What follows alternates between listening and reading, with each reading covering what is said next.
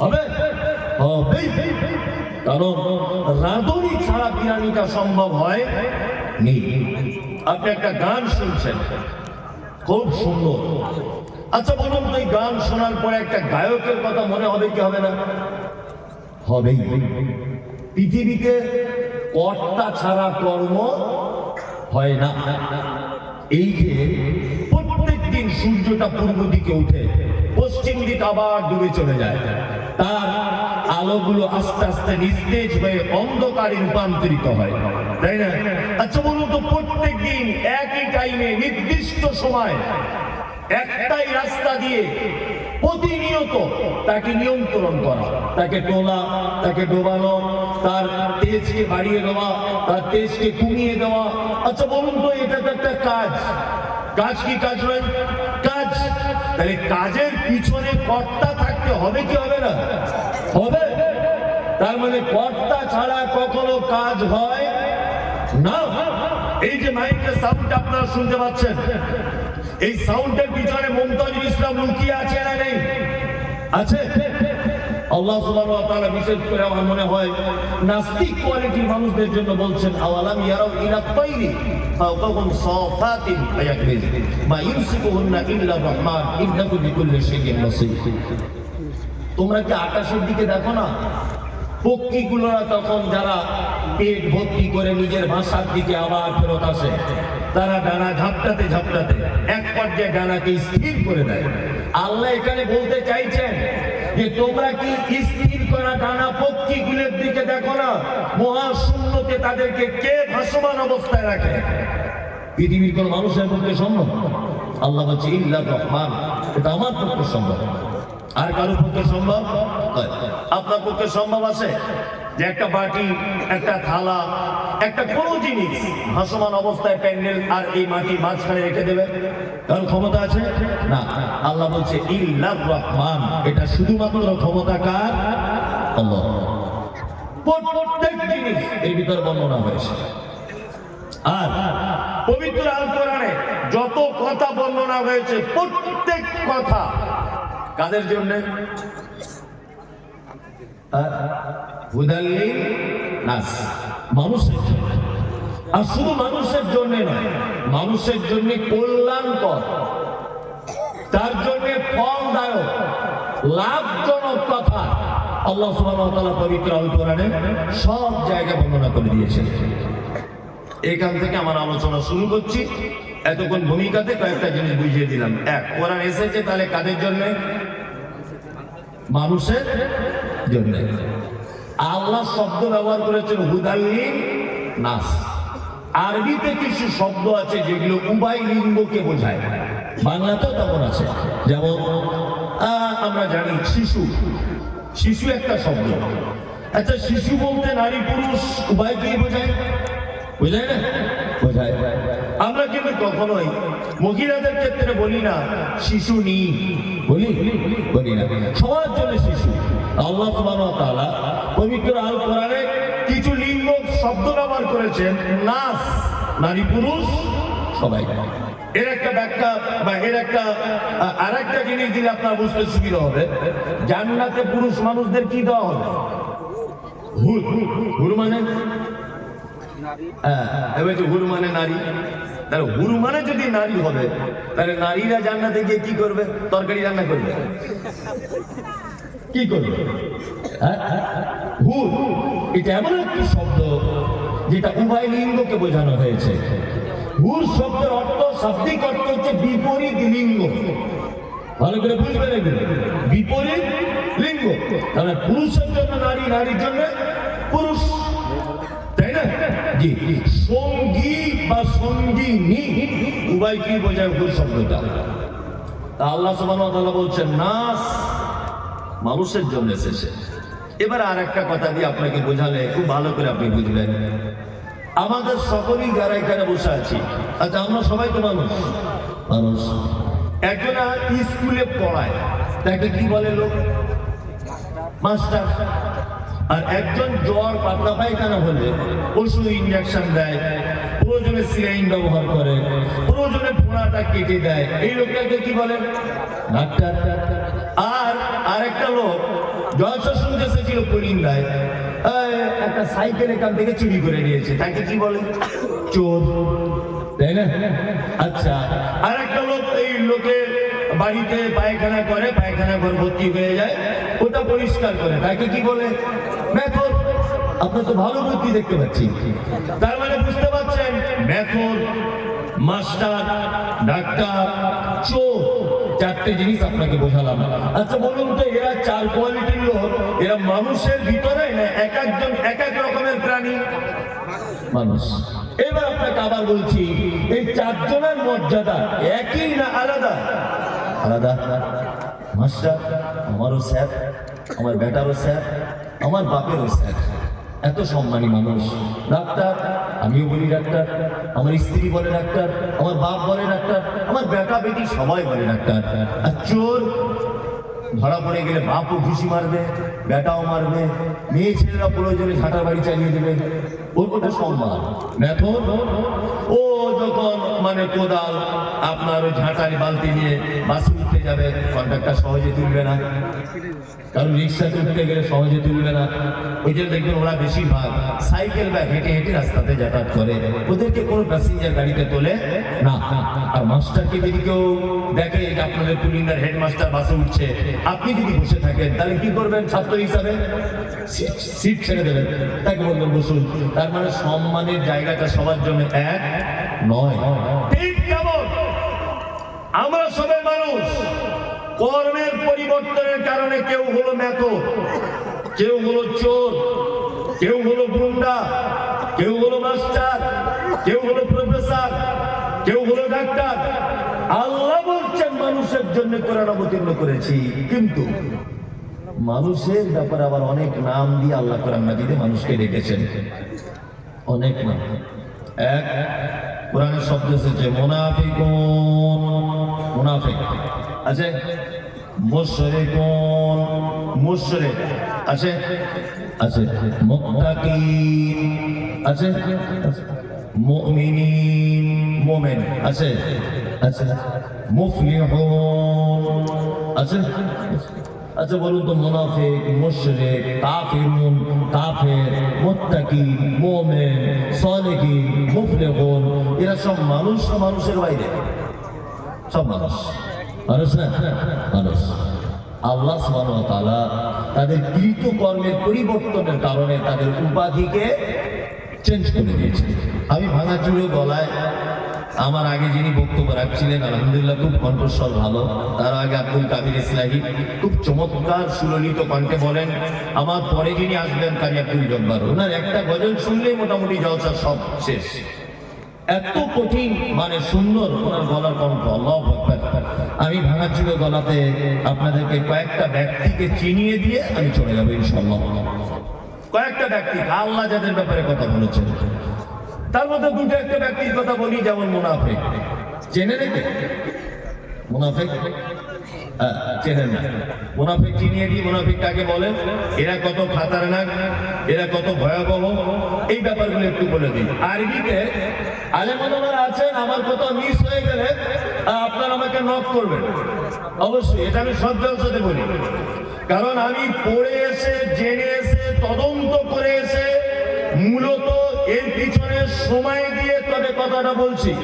ভাই social media শুধু আপনারা পুলিন্দাতে এই যে 500 লোক বসে আছেন তা নয়, এই মুহূর্তে এখানে এমন এমন চ্যানেল আছে 2-4 হাজার মানুষ লাইভে চলে এসেছে অলরেডি, আমারও পেজ চলছে, ওখানে 2-4 হাজার মানুষ চলে এসেছে।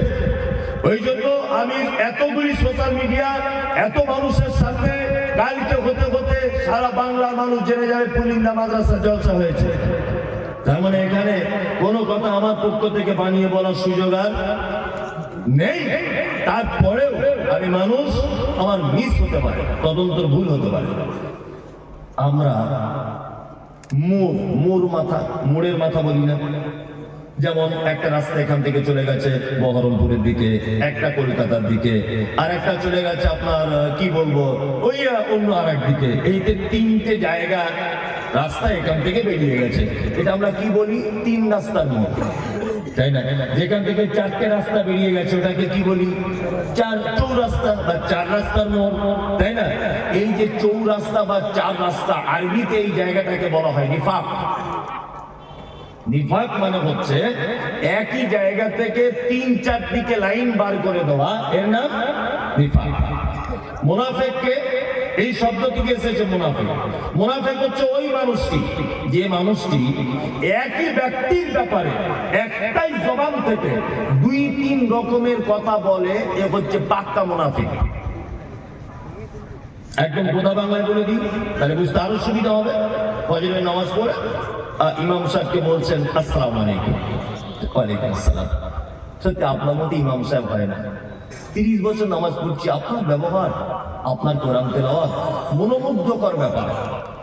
সত্যি আপনার, আমার জীবনে আমি এত ভালো ভদ্র ইমাম দেখিনি। আপনার কণ্ঠস্বর, আপনার কোরআন তেলাওয়াত, আপনার ব্যবহার, আমরা গ্রামবাসী খুব খুশি। এখন ইমাম সাহেবের ছেলের পাতা পায়খানা হচ্ছিল, মরে যায় ভাবে। ও এখন যৌবনের আগে কারোর মোটরসাইকেল ধার করে বাড়ি চলে গেছে, সারগাছিদের বাড়ি। এখন যৌবনের সময় আসতে পারে না। তা যে লোকটা ফজরের নামাজ পড়ে সালাম করে ওর প্রশংসা করছিল, ওই লোকটা জোহরের সময় এসে দেখছি ইমাম সাহেব নাই, কোনো কারণে বাড়ি চলে যাচ্ছে, কাউকে বলার টাইম পাইনি। ওই লোকটাই তখন এসে বলছে সব ভালো, অতিরিক্ত কামাই করছে, চেঞ্জ করে দিলে হয়নি ইমাম সাহেবটা। এ হচ্ছে পাক্কা মুনাফিক। একই পাক্কা মুনাফিক। ফজরের সময় একই ব্যক্তির ব্যাপারে প্রশংসা করলো, আর সন্ধ্যাবেলা এসে বা জোহরের সময় এসে বদনাম করলো। হেড মাওলানা খুব ভালো, প্রধান শিক্ষক খুব ভালো মানুষ, এই শিক্ষকটা খুব ভালো, ওই যে আপনারা সলুয়া শিক্ষক ও খুব ভালো লোক। মানে এক কথাতে বুঝে যান মুনাফিক সেই যার মুখে মিষ্টি, অন্তরে বিষ, খরির সাপের মুখে। এই হচ্ছে মুনাফিক। আর একটা আপনাকে কথা বলে দিই। আচ্ছা, পৃথিবীর সব থেকে বড় পাপের নাম কি? শিরক, তাই না? শিরক সব থেকে বড়। তারপর ধরে নেন পিতা মাতার সঙ্গে সদ্ব্যবহার করা, তারপর এতিমের মাল আত্মসাৎ করা, তারপর মিথ্যা সাক্ষ্য প্রদান করা, তারপর ব্যভিচারে লিপ্ত হওয়া, তারপর সতী সাধ্বী নারীকে অপবাদ দেওয়া, তারপর আরো বড় বড় বড় বড় পাপ। ইসলামের 70টা কাবিরা পাপের সিরিয়াল দেওয়া হয়েছে। কটা? 70টা। 69টা ডাইরেক্ট, আর একটা মাত্র পাপের ব্যাপারে ওলামাদের ভিতরে মতভেদ রয়েছে। 69টা ডাইরেক্ট পাপ খুঁজে পাওয়া গেছে, একটা পাপের ব্যাপারে একটু ওলামাদের ভিতরে মতভেদ। যাই হোক, আমি একদম 70টাই ধরে নিলাম পৃথিবীতে বড় পাপ। 69টা পাপ যদি কেউ করে, জাহান্নামের কোন জায়গায় থাকবে? সে জাহান্নাম যেতে পারে, কিন্তু জাহান্নামের কোন জায়গায় থাকবে আল্লাহ বা তার রাসূল এ ব্যাপারে কোনো নির্দিষ্টকরণ করে নেই। একটা লোক ব্যভিচার করলো, ব্যভিচার করার পর মারা গেল, লোকটা জাহান্নাম যেতে পারে। একটা লোক এতিমের সম্পদ আত্মসাৎ করলো, ও জাহান্নাম যেতে পারে। একটা লোক পিতামাতার অসৎ ব্যবহার করেছে, ও জাহান্নাম যেতে পারে। একটা লোক মিথ্যা সাক্ষ্য প্রদান করেছে, ও জাহান্নাম যেতে পারে। যাবে ধরে নেন 100%। তবে জাহান্নামের কোথায় থাকবে কথা আল্লাহ তাআলা কিছু বলছেন, ও স্বাভাবিক গতিতে জাহান্নামে থাকবে। কিন্তু মুনাফিকরা এত বড় খাতারনাক, আল্লাহ সুবহানাহু ওয়া তাআলা বলছেন ইন্নাল মুনাফিকিনা ফি দারকিল আসফালি মিনান নার। এরা এত নিকৃষ্ট পাপী যে জাহান্নামের একেবারে নিম্ন স্তরে, একেবারে তলাতে এদেরকে রাখা হবে। কি বললাম বুঝলেন? চলো, মুনাফিকটা চিনে নিলেন আপনি।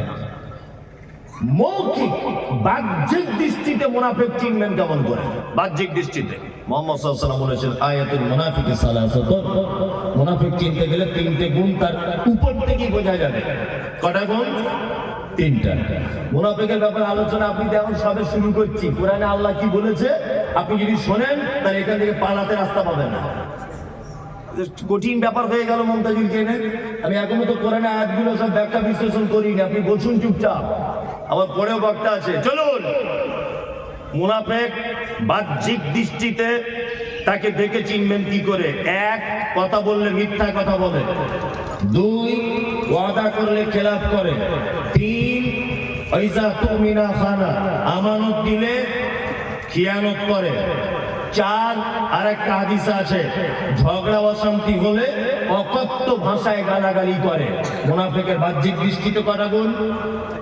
চারটে, তাই তো? এইবার আপনাকে বলছি, সাহাবীগণ বলছেন আল্লাহ রাসূল, একটা লোক যদি মিথ্যা কথা বলে, একটা লোক যদি আমানতের খিয়ানত করে, একটা লোক যদি ওয়াদা ভঙ্গ না যদি করে, কিন্তু লোকটা ঝগড়া হলে গালাগালি করে, মানে তিনটে গুণ তার ভিতরে নেই, একটা আছে, কি করা যাবে? সাহাবীরা আল্লাহ রাসূলকে জিজ্ঞাসা করছেন, এর উত্তর কি? আগেকার দিনে পুরাতন মা চাচিরা পাড়া গ্রামে বাচ্চাদের ফোঁড়া হলে ফোঁড়া ধরে টিপে দিত না? আর ফোঁড়ার ভিতরে একটা বীজ মতো থাকে, বীজ থাকে না? ও বলে যে ওই বীজ না বার করলে ওই বীজ আবার অন্য জায়গায় গিয়ে হবে ফোঁড়া, বলতো না? ওই জন্য বাচ্চা ছেলের হাত পা বেঁধে দিয়ে হলেও বীজ আগে বার করা লাগবে, তাছাড়া অন্য জায়গায় গিয়ে আবার হবে। ঠিক কেমন মুহাম্মদ সাল্লাল্লাহু আলাইহি ওয়াসাল্লামের ভাষা অনুযায়ী ওর ভিতরে যদি একটা গুণ যদি থাকে, তাহলে মুনাফিকের বীজ আছে, ওই বীজটাকে বার করতে হবে। কি বললাম বুঝলেন? তার মানে যে গুণটা ওর ভিতরে আছে ওই গুণটা ওকে এখনই ত্যাগ করা কি লাগবে, তাই না? চলুন, এটা বাহ্যিক দৃষ্টিতে মুনাফিকের গুণ। মুনাফিকের অন্তরে আভ্যন্তরীণ গুণ কেমন? আল্লাহ তাআলা বলছেন, ومن الناس من يقول آمنا بالله وباليوم الآخر وما هم بمؤمنين। মুনাফিকদের আরেকটা চরিত্র হলো এই, তারা ঠিক এইরকম আমার মতোই বড় পাঞ্জাবি পরে, মাথায় টুপি দিয়ে, হাতে তসবিহ নিয়ে আপনার কাছে আসে। যদিও পাঞ্জাবি তসবির কথা এখানে বলা নেই, আমি বোঝানোর জন্য বলছি। এক কথায় মুসলিম ইমামদারদের ভ্যাট ধরে আপনার কাছে আসে। আল্লাহ নবীকে বলছেন, আপনার কাছে আসে, এসে বলে আমরা আখিরাতে বিশ্বাস করি, আমরা আপনাকে নবী বলে বিশ্বাস করি, কিন্তু আল্লাহ তাআলা তাদের ব্যাপারে সার্টিফিকেট দিয়ে বলছেন ওমা হুম বিমুমিনিন, একজন তারা মুমিন নয়, তারা সব মুনাফিক।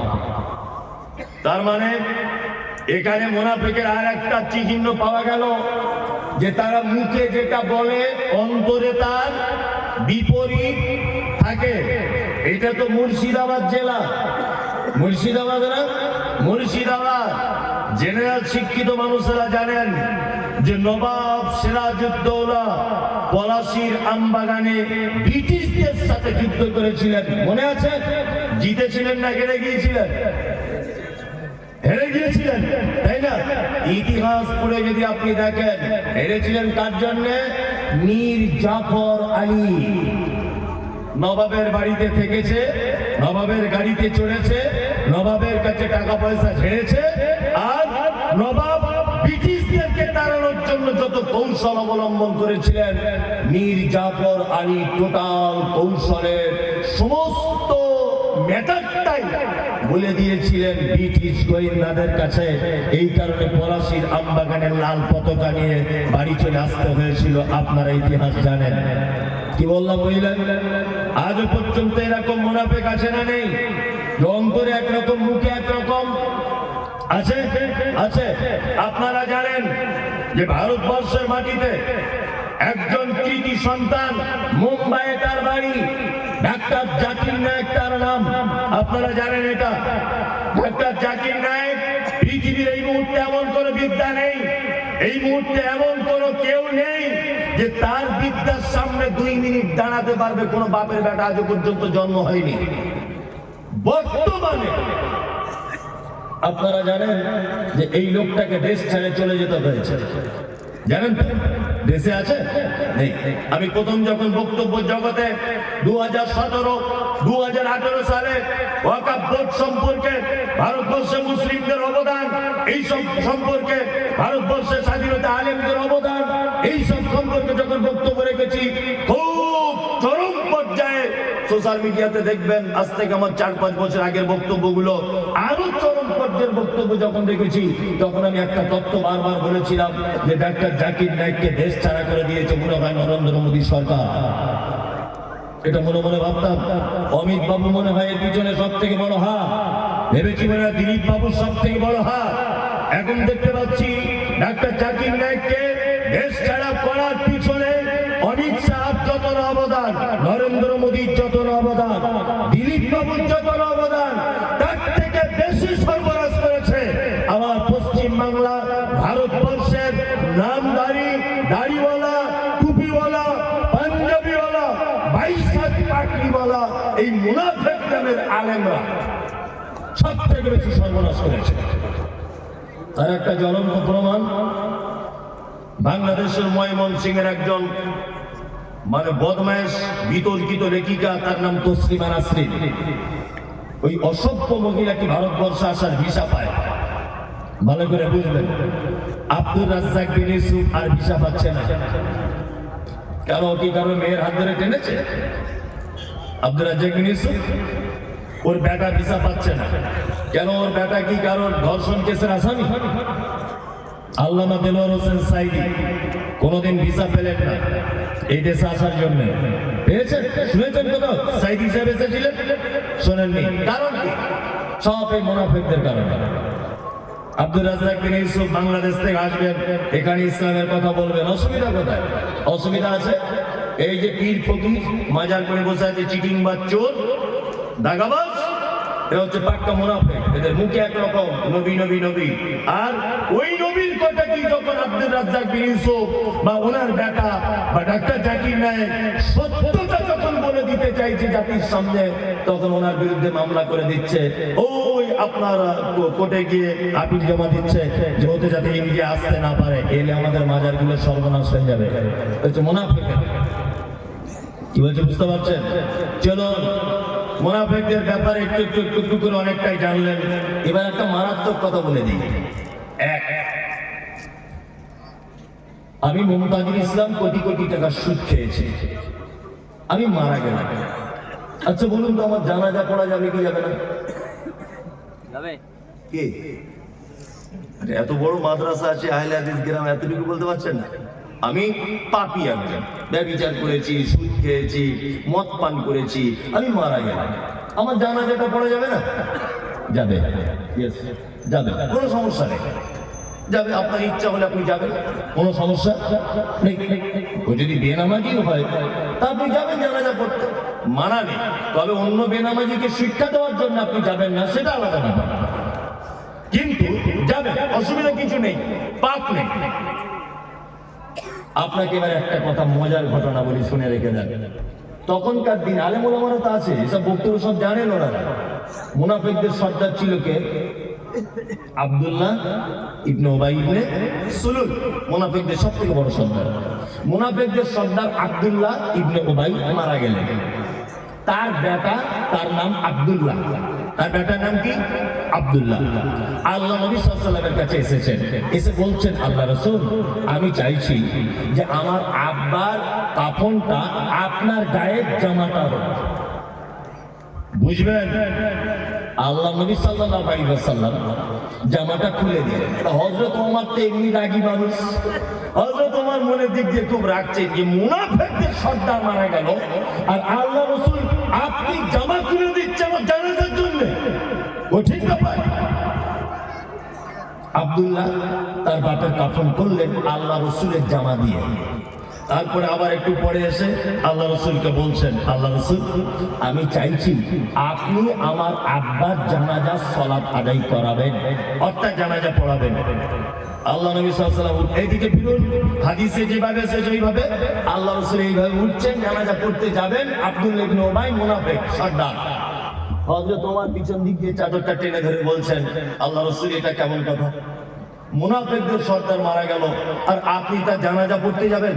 ইসলামের চরম শত্রু, কঠিন বিপদে ফেলেছে উহুদের যুদ্ধে আমাদের অনেক জায়গাতে মুসলিমদেরকে বিপাকে ফেলেছে এই আব্দুল্লাহ ইবনে উবাই, আর আপনি এর মতো লোক মারা গেল আর আপনি জানাজা পড়তে যাবেন?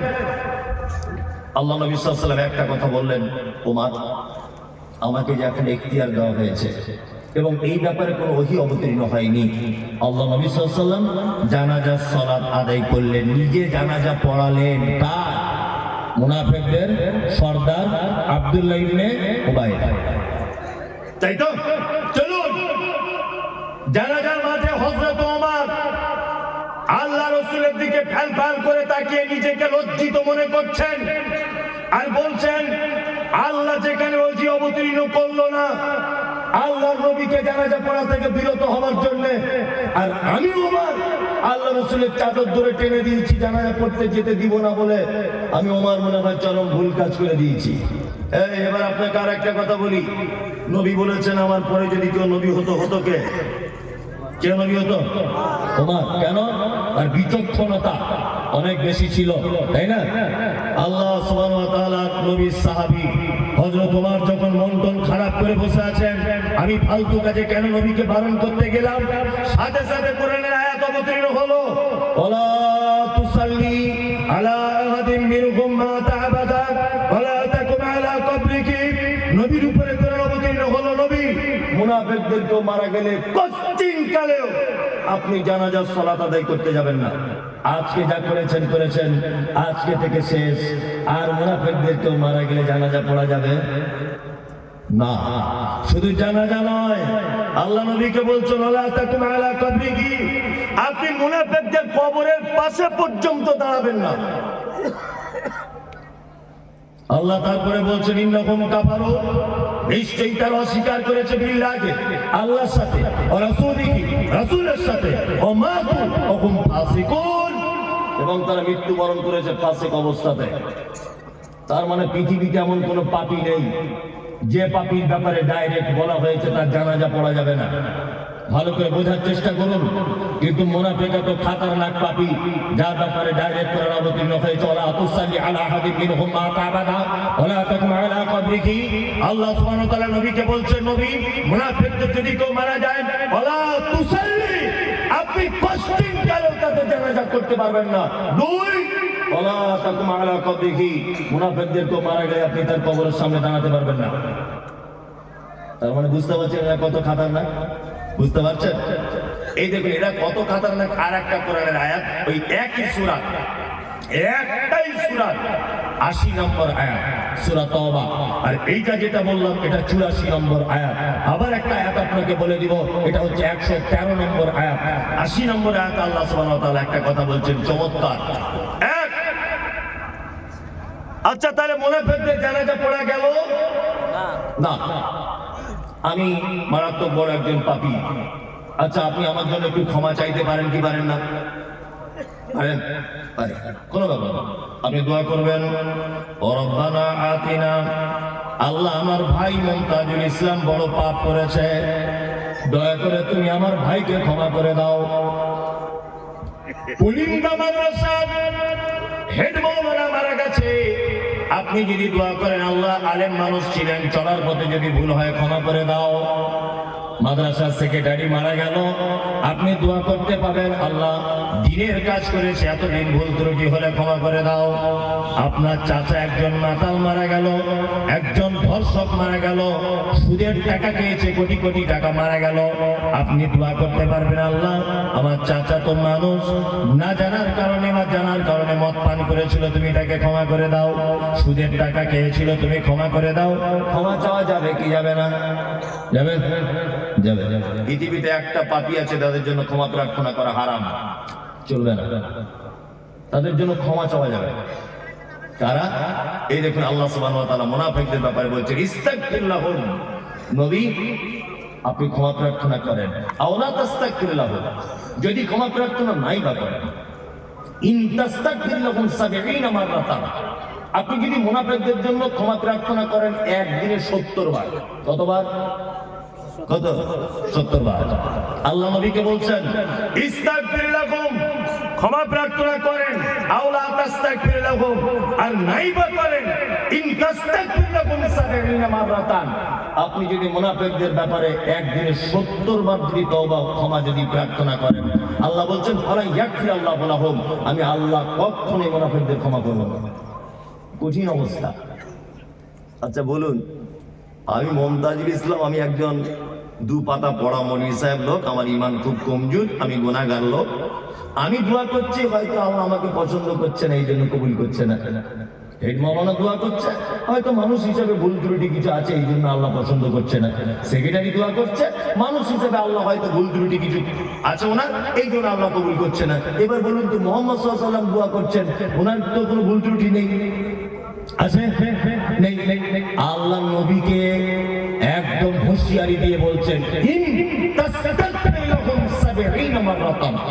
ইন শর্ত দিচ্ছেন আল্লাহ, যদি শব্দের জন্য ইন শব্দ ব্যবহার হয়, আল্লাহ বলছে ইন, যদি আপনি একদিনে ৭০ বার যদি মুনাফিকদের জন্য ক্ষমা প্রার্থনা করেন, আল্লাহ বলছে আমি নবী আপনার হাতও ফেরত দিয়ে দিব, ক্ষমা করব না। তার মানে এরা কত বড় খাতারনাক, বুঝতে পারছেন মুনাফিকরা?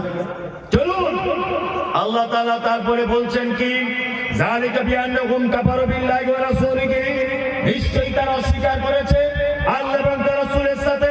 যালিকা বিআন্নাহুম কাফারু বিল্লাহি ওয়া রাসূলিহি ওয়াল্লাহু লা ইয়াহদিল কওমাল ফাসিকিন। আল্লাহ বলছে আমি ফাসিক কওমদের হেদায়েত দান করি না। এবার আপনাদের সাথে কয়েকটা মূল্যবান কথা বলি। মুনাফিকদের চিনিয়ে দিলাম, তাদের গুণ বলে দিলাম, এখন এদেরকে দেখতে পাওয়া যায় কোথায়, এটা খুঁজে বার করতে হবে। কুলিন্দা গ্রামের কোন কোন জায়গায় এরা থাকে, বসবাস করে, সেটা দেখানোর প্রয়োজন আছে না নেই? তাহলে একটা একটা করে বলি, দু চারটে কথা বলে দিই, একটা একটা করে বলবো না। সিনেমা হলে যাবেন, আমার দিকে বলবেন হাসছেন কেন? সিনেমা তো দেখেছেন সবাই, আমিও দেখেছি যখন ওই ছোট ছিলাম, দেখি নিয়ে কথা বলবো না। তা সিনেমা হলে গেছেন বই দেখতে, সবাই দেখবেন হলে পা তুলে বসে আছে, ডান দিকেও শাড়ি বসে আছে। 20 कोस दूर से अगर कोई बच्ची रोते, माँ कहती है कि बच्ची सो जा, गब्बार सिंह आ जाएगा। सोले बॉय डायलॉग এটা, হ্যাঁ সোলে সিনেমা হচ্ছে, শালা শালি সবাই মিলে বসে বসে, সবাই দুলা ভাই শাড়ি এক জায়গায় ঠ্যাং তুলে দিয়ে বসে আছে, ওখানে মুনাফিক নেই, সবাই সিনেমা দেখতে ব্যস্ত। বাজার করতে যাবেন, সবাই আলু বেগুন পেঁয়াজ দাম দর করতে ব্যস্ত, ওখানে মুনাফিক। আপনি মেলা দেখতে যান, সবাই মজা মস্তি করতে ব্যস্ত, ওখানে মুনাফিক করবেন। আপনি ট্রেনে যাবেন, উঠবেন, হাজার হাজার লোক, সবাই কোন সিটটা ফাঁকা আছে ওইটার দিকে লক্ষ্য, ওখানে মুনাফিক পাবেন। মুনাফিক পাবেন কোথায়? এবার আপনাকে একটা ছোট্ট করে কথা বলছি, কথা শুনতে খারাপ লাগবে, তবে বাস্তবতা খুব বাস্তব। আচ্ছা, ফরজ নামাজ বাড়িতে পড়া উত্তম না মসজিদে? বলুন, সবাই বলুন। মসজিদে। আর সুন্নাত বাড়িতে, তাই না? তার মানে আসসালামু আলাইকুম ওয়া রাহমাতুল্লাহ, আসসালামু আলাইকুম ওয়া রাহমাতুল্লাহ, আস্তাগফিরুল্লাহ, আস্তাগফিরুল্লাহ, আল্লাহুম্মা আসসালাম ওয়া আসসালাম। যত রকমের জিকির আছে, আল্লাহু আকবার, রাব্বিনা আলা যিকরিকা ওয়া শুকরিকা, লা হাওলা ওয়া লা কুওয়াতা, যত রকমের জিকির আছে সমস্ত জিকির আপনি মসজিদে বসে বসে করবেন। তারপরে আপনাকে চলে আসতে হবে কোথায়? বাড়ি এসে বাকি সুন্নতগুলো আদায় করতে হবে। রাসূল সাল্লাল্লাহু আলাইহি ওয়াসাল্লাম কি বলেছেন? তোমাদের বাড়িগুলো কবরে পরিণত করো না, তার মানে বাড়িতে সুন্নত করতে হবে। আমার মনে হয় আল্লাহ নবী সাল্লাল্লাহু আলাইহি ওয়াসাল্লাম তো মহাবৈজ্ঞানিক ছিলেন, ব্যাপারটা তিনি বুঝতেন যে এদেরকে যদি সুন্নতের জন্য মসজিদের সুযোগ যদি দেওয়া হয়, সুন্নত তো পড়বে না, গোল টেবিল করে লোকের গীবত আর পরনিন্দা মুনাফিকি করবে। ওই জন্য বলে দিয়েছে নামাজ পড়া শেষ, আগে ঘরে চলে যাবে, ওইখানে গিয়ে সুন্নত পড়। আমরা কি করি? আসসালামু আলাইকুম ওয়া রাহমাতুল্লাহ, আসসালামু আলাইকুম ওয়া রাহমাতুল্লাহ। একজনা বলেছে কি ব্যাপার, বলতে গিয়ে কোটি খাই দুতলা বাড়ি করেছে, কি সুন্দর করেছে, আগে না খাওয়া হতো না, মসজিদে বসে বসে। আরেকজন আমার পাশ থেকে বলছে খবর জানিস? খবর তোরা জানিস না, আমি সব শুনেছি। কলকাতায় কাজে গিয়েছিল, তারা 20 লাখ টাকা ছেড়ে দিয়ে চলে এসছে। ওই ছেড়ে দিয়ে এসছে, তোমার বাপ দেখতে গিয়েছিল? হ্যাঁ, তোমার বাপ দেখতে গিয়েছিল, 20 লাখ টাকা ছেড়ে দিয়ে এসছে, তোমার কোনো প্রমাণ আছে? একটা বইয়ের স্বামী মারা গেছে, হঠাৎ তার স্বামীর ডেথ সার্টিফিকেট তোলার জন্য 4-5 বার ও বহরমপুরে যাচ্ছে আর আসছে। চায়ের দোকানে বসে বসে বলছে কি ব্যাপারে, স্বামী যতদিন ছিল ততদিন ঘর থেকে বার হতো না, এখন ঘন ঘন ভ্যানিটি ব্যাগ নিয়ে কোথায় যাচ্ছে কোথায়। আর একজন তখন বলছে দেখ মনে হয় কোথাও কট লাইন কিছু করেছে। তো ও কট লাইন করেছে, তুমি দেখতে গিয়েছিল? তোমার বাপ দেখতে গিয়েছিল? ও কথা বলতে গেলে কেন, পাক্কা মুনাফিক। কি পাক্কা মুনাফিক? কার বউ কোথায় যাচ্ছে, কে দুতলা বাড়ি করলো, কে বুলেট গাড়ি চেপে গেল, তোমার কেন এত দায় পড়ে গেল? আর পাড়া গ্রামে ও 2 টাকার চা খায় আর 22 টাকার পরে বদনাম করে বসে বসে মুনাফিকি করে করে না? মসজিদ আল্লাহর ঘর, সেখানে বসে বসে দেখবেন নামাজের পরে 4-5টা বুড়ো লোক থাকে, ওই বুড়ো লোক বসে বসে ওখানে কি করে, গীবত পরনিন্দা করে। মসজিদে কাঁচা কুঞ্চি রেখে দেবেন, ইমাম সাহেব কি বলছি বুঝলেন, মসজিদে কাঁচা কুঞ্চি, নামাজের পরে দেখবেন যে এরকম চলছে, প্যাচাম প্যাচাম করে তার পাছায় চাপকিয়ে দিবেন। আরে গরম কাল আসছে, হারাম করে এত বড় বদমাশ নামাজের পরে মসজিদের কারেন্ট পুড়িয়ে বসে বসে গল্প করছে। আসে না, বসে বসে নামাজ পড়া বাদ দিয়ে দুনিয়ার কথা, হেড মাওলানার দুর্নাম, মাদ্রাসার দুর্নাম, সেক্রেটারির দুর্নাম, ও টাকা মেরে খায়, ও মুখ করে খায়, আর তুমি ধোয়া তুলসী পাতা, সবাই খারাপ আর তুমি ভালো গ্রামে। এরকম লোক আপনাদের পুলিন্দাতে নেই, আমাদের ওদিকে আছে। না বলবো না, মারবে, আমি বললে মারবে বাবা। আমার তো দেখতে পাচ্ছেন সোশ্যাল মিডিয়া, যেখানে যাচ্ছি বোম মারছি গাড়িতে। হাওড়া জেলাতে গেলাম সেদিন, বোম মেরে দিয়েছে গাড়িতে। আল্লাহ বাঁচানে, আল্লাহ যদি বাঁচায় তো আর কেউ বাঁচাতে পারবে, মারতে পারবে না। গাড়ি নিয়ে বার হলাম, আমার ড্রাইভার গাড়ি চালাচ্ছে, মানে 500 মিটার গিয়েছি জলসা ছাড়া, আর বাঁশ নিয়ে সব গাড়ি ভাঙচুর করতে চলে এলো। আমি গাড়ি থেকে নেমেছি, বোম মারতে শুরু করে দিচ্ছে গাড়িতে। আশ্চর্য, সোশ্যাল মিডিয়া দেখেছেন তো, আশ্চর্য ব্যাপার। আমি তো কারোর বিরুদ্ধে কিছু বলি না। আচ্ছা, এতক্ষণ যা বলেছি কারোর বিরুদ্ধে বলেছি না, বাস্তব কথাগুলো হাদিস কোরআন দিয়ে বললাম, বাস্তব কথাগুলো বললাম, এতে আমি এত আর কি ভয়ঙ্কর লোক। আমাকে দেখলেই মানুষ সবসময় মানে উগ্র মেজাজে আসে, মানে একে ফেলেই মেরে দিবে এরকম ব্যাপার। আর সোশ্যাল মিডিয়াতে তো আছি বড় পাখি বলা, ও খুললেই মুমতাজুল ইসলামের জন্মের ঠিক নেই, দেখবেন ও সোশ্যাল মিডিয়া খুললে মুমতাজুল ইসলামের জন্মের ঠিক নেই, ও বিয়াদব, ও কোরআন পড়তে জানে না, ও রাজমিস্ত্রি কাজ করে, ও হাদিস কোরআন বুঝে না, এইসব আর কি কথা। কারণ কি বলুন তো, আমি হচ্ছি ওই ডাক্তার, রুগীর রোগে ঔষধ দিই। কি বললাম বুঝলেন, যেখানে যেখানে রুগীর ঔষধ প্রয়োজন ঠিক জায়গাতে ঔষধ মেরে দিই, এই জন্য রুগীর একটু কষ্ট হবেই, হবে না? ফোনা বলে যদি কেটে দিই তা রুগীর লাগবে না, লাগবে। আমি বলে দিয়েছি সারা পশ্চিমবাংলার যত মাজার আছে 2025-27 মধ্যে ঐক্যবদ্ধভাবে সব মাজার বুলডুজার দিয়ে ভেঙে দিতে হবে, আর যত বুলডুজারের খরচা আমি দিয়ে দেবো। এইসব কথা যখন বলে দিয়েছি তখন বলছে আমাদের পীরের মাজার ভাঙবে বলেছে। কি বললাম বুঝলেন, মানে পীর সাহেবদের সঙ্গে আর হিন্দু ভাইদের কিছু মিল আছে, মারাত্মক মিল আছে না। এই আপনার আদিনার মসজিদে শিবের লিঙ্গ পাওয়া গেছে, আর শিব কজন আর ওর লিঙ্গ কটা? রাম মন্দিরে শিব পাওয়া গেল, আদিনার শিব পাওয়া গেল, ও শিবই বা কটা আর ওর লিঙ্গই বা কটা? এটা একটা জানার ব্যাপার। হ্যাঁ, এই দেখুন আপনাকে একটা মজার কথা বলি, কলকাতা যান তো আপনারা এই রোড দিয়ে দমদম এয়ারপোর্ট পার করে মধ্যম গ্রাম আর বারাসাত এর মাঝখানে দেখবেন রাস্তার ধারে একটা মাজার আছে, ছোট্ট এরকম। লক্ষ্য করতে করতে আসবেন, এদিক দিয়ে গেলে ডান দিকে পড়বে, ওদিক থেকে গেলে বাম দিকে পড়বে, ঠিক আছে? আর মাজারটা লেখা আছে বাবা একদিন শাহ, একদিন শাহ মাজার। আচ্ছা ভালো, ওই পীর সাহেবের দেখছি আর একটা মাজার আছে আমাদের বারাসাত কাজী পাড়াতে, বাবা একদিন শাহ।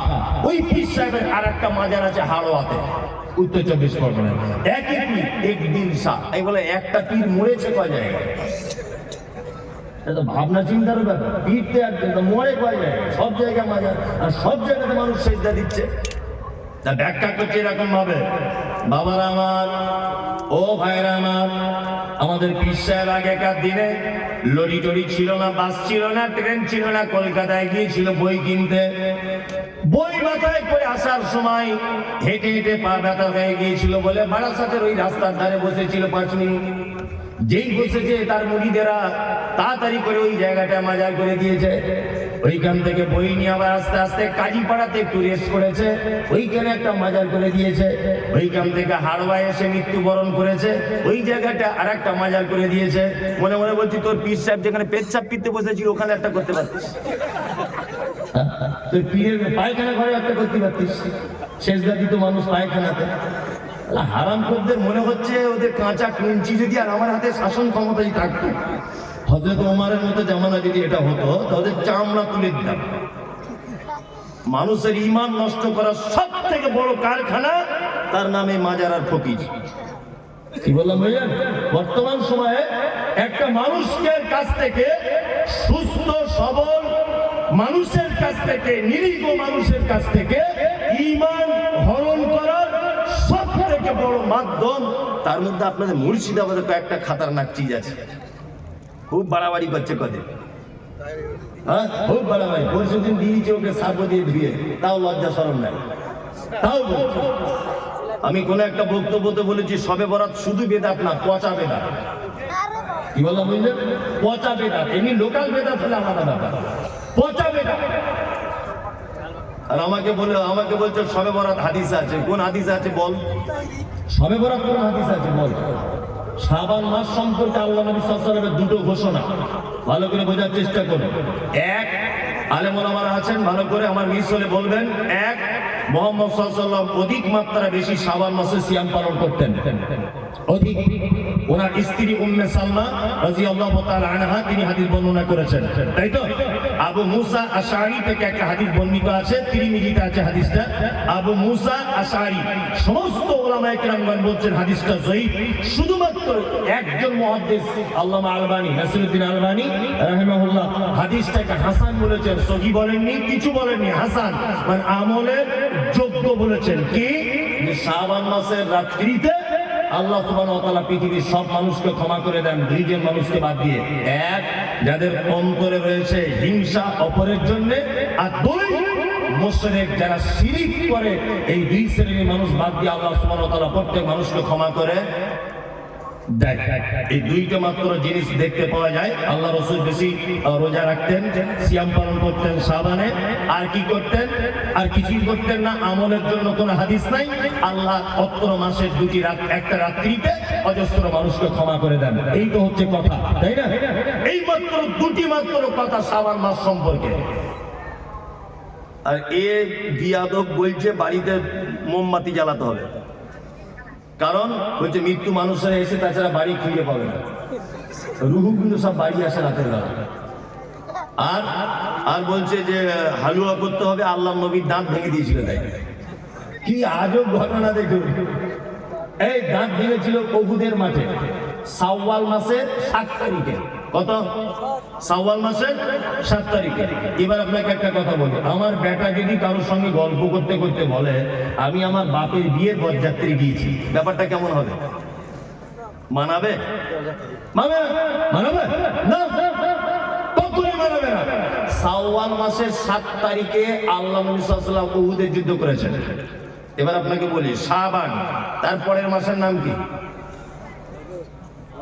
রমাদান, তারপরে শাওয়াল, তাই তো?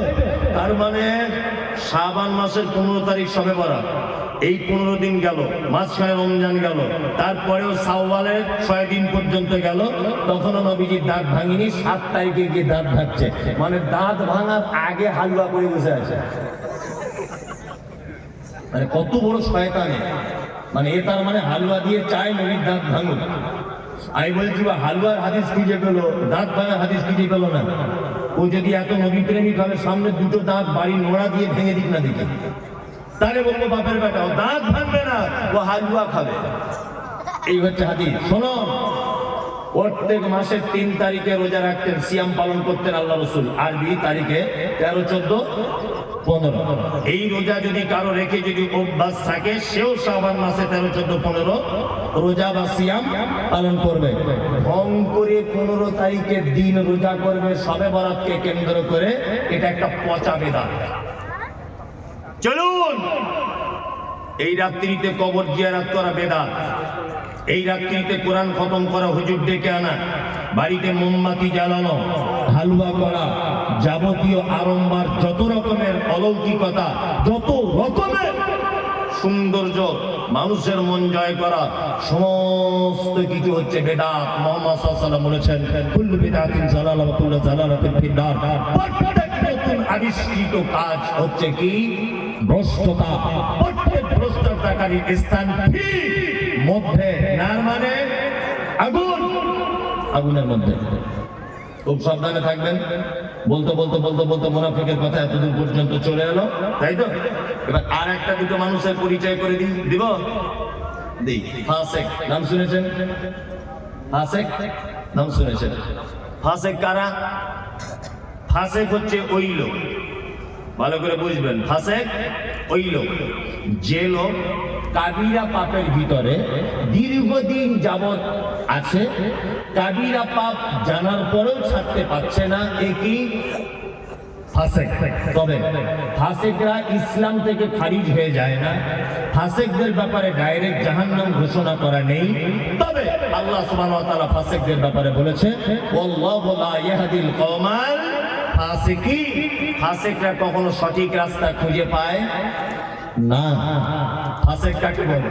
পিতামাতার সঙ্গে অসৎ ব্যবহার, ও কি ফাসেক? দাড়ি চাচা, এটা কি কাজ? ফাসেকি কাজ। ওই যে মনীষা কুটকুট করে চুলকায়, চুলকায় মনীষা। আবার অনেকদিন বলছে আমার বউ কেমন করে, আমার বউ বলে দিয়েছে, রাখতে মানা করে দিয়েছে। তোমার বউ কি একেবারে দ্বীপ বা ভারতী? তোমার বউকে চেনে কজন? এগুলো আমার চেনে কজন? ওই যে দক্ষিণ আফ্রিকার না কোথাকার একটা ক্রিকেট প্লেয়ার আছে, এত বড় বড় দাড়ি, না কোথায় বাড়ি, কি নাম? হাসি মামলা। এত বড় বড় দাড়ি, প্লেনে বসে আছে, ওর বউ বোরকা পরে ওর সাইডে বসে আছে, আর ও কোরআন মাজিদ তেলাওয়াত করতে করতে নাকি হাতে নিয়ে পড়তে পড়তে যাচ্ছে। ইন্টারন্যাশনালি ক্রিকেট খেলছে একজন দামি লোক, এত বড় বড় দাড়ি, তার বইয়ের লজ্জা লাগে না? আর এ বলছে অফিস আদালতে কাজ করিতে মরি সাহেব, ব্যস্তের কারণে ওই জন্য দাড়ি রাখতে পারছি না, একটু দোয়া করবেন, আগামীতে রাখবো। তোমার দাড়ির জন্য আমার দোয়া করার দায় এসে যায়? তোমার দাড়ি বাড়ার জন্য আমি দোয়া করবো? বদমাইশি কেন? হাসি মামলাকে সারা পৃথিবীর লোক দেখছে, তার লজ্জা লাগে না? তার অফিস আদালতে যেতে হয় না? তাকে প্লেনে করে এদেশ থেকে ওদেশ ছুটতে হয় না? ইন্টারন্যাশনাল ক্রিকেট প্লেয়ার হিসাবে মাঠে নামতে লজ্জা লাগে না? আর তোমাকে পুলিন্দার লোক চেনে, সারগাছির লোক চেনে, গোটা মুর্শিদাবাদের লোক তোমাকে চেনে? কেউ চেনে না। তোমার লজ্জা কিসে? লজ্জা লাগছে? আশ্চর্য ব্যাপার। এটা ফাসেকে, কারণ এটা একটা বড় পাপ। এটা বড় পাপ জানার পরেও ও যে কাঁদছে বারবার, এই কারণে ফাসেক। তবে একটা কথা বলে দিচ্ছি, ফাসেক আপনি যদি এই কাজের কারণে হন, তাহলে আপনাকে তওবা করে ফেরত আসতে হবে। এখন রাস্তা আছে যে আপনি ফাসেক আছেন, কি বলছি মাথায় থাকবে এটা? তওবা করে ফেরত আসুন। আর একটা কথা বলছি, আপনি পুলিন্দা মাদ্রাসায় 1 লাখ টাকা দান করেছেন, এসব বাস্তব কথাগুলো কেউ তুলে ধরে না। পুলিন্দাতে 1 লাখ টাকা আপনি দান করেছেন মাদ্রাসাতে। এখন এই মাদ্রাসায় দান করেছেন, প্রত্যেক বছরে করেন। আপনি মারা গেলেন, আচ্ছা বলুন তো, আপনি যে মারা গেলেন, আপনার কাফন জড়ানো আছে, সবাই আপনার মুখটা দেখতে আসছে, দেখতে আসে না? কাফন থেকে মুখটা বার করে দেখে। আচ্ছা বলুন তো, আপনার মুখটা দেখে বুঝতে পারবে যে এই লোকটা বড় দানি ছিল? দেখা যাবে? বোঝা যাবে না? আত্মীয়তার সম্পর্ক আপনার ভালো ছিল, আপনার মুখ দেখে কেউ বুঝতে পারবে যে লোকটার আত্মীয়তার সম্পর্ক ভালো ছিল? বোঝা যাবে? যাবে না। পৃথিবীতে একটা মাত্র চরম পর্যায়ে সুন্নাত আছে, সেটা হচ্ছে এই। যদিও দাড়ি রাখার ব্যাপারে কেউ কেউ বলেছে দাড়ি রাখা ওয়াজিব, বাধ্যতামূলক, ফরজের সমতুল্য। কি বলছে বুঝতে পারছেন? আচ্ছা বলুন, পৃথিবীতে একটা মাত্র আমল আছে যে আমলটা মানুষের কবর পর্যন্ত প্রমাণ করে যায়, তার নাম দাড়ি। মানুষ মারা গেলে দাড়ি চেঁচে কবরে ঢোকায় না, এই অবস্থায় দেয়, এই অবস্থায় দেয়। অন্তত পক্ষে ফেরেশতারা দেখে বলবে আমাদেরই দলের লোক ছিল। অন্তত একটু আরাম হতে পারে হিসাবটা, বুঝলেন না? আর একেবারে শ্যাম্পু করা লোক যদি ঢুকে যায়, ফেরেশতারা যদি বুঝতে পেরে যায় এই ঢুকেছে, এবারে হিসাব কড়াকড়ি করে মার, বলবে কি বলবে না? বলবে, এটা বাস্তবতা।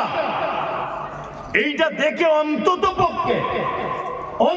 পক্ষে ফেরেশতারা বুঝতে পারবে যে এটা আমাদেরই লোক ছিল, বুঝতে পারবে না?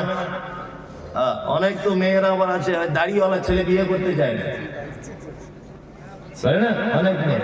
ও কলেজে পড়ে নাকি একটু মডার্ন হয়েছে, শুনছি বলে কলেজে পড়ে মেয়েটা, বিশাল ডিগ্রি করছে, ওই জন্য দাড়িওয়ালা ছেলে পছন্দ করে না।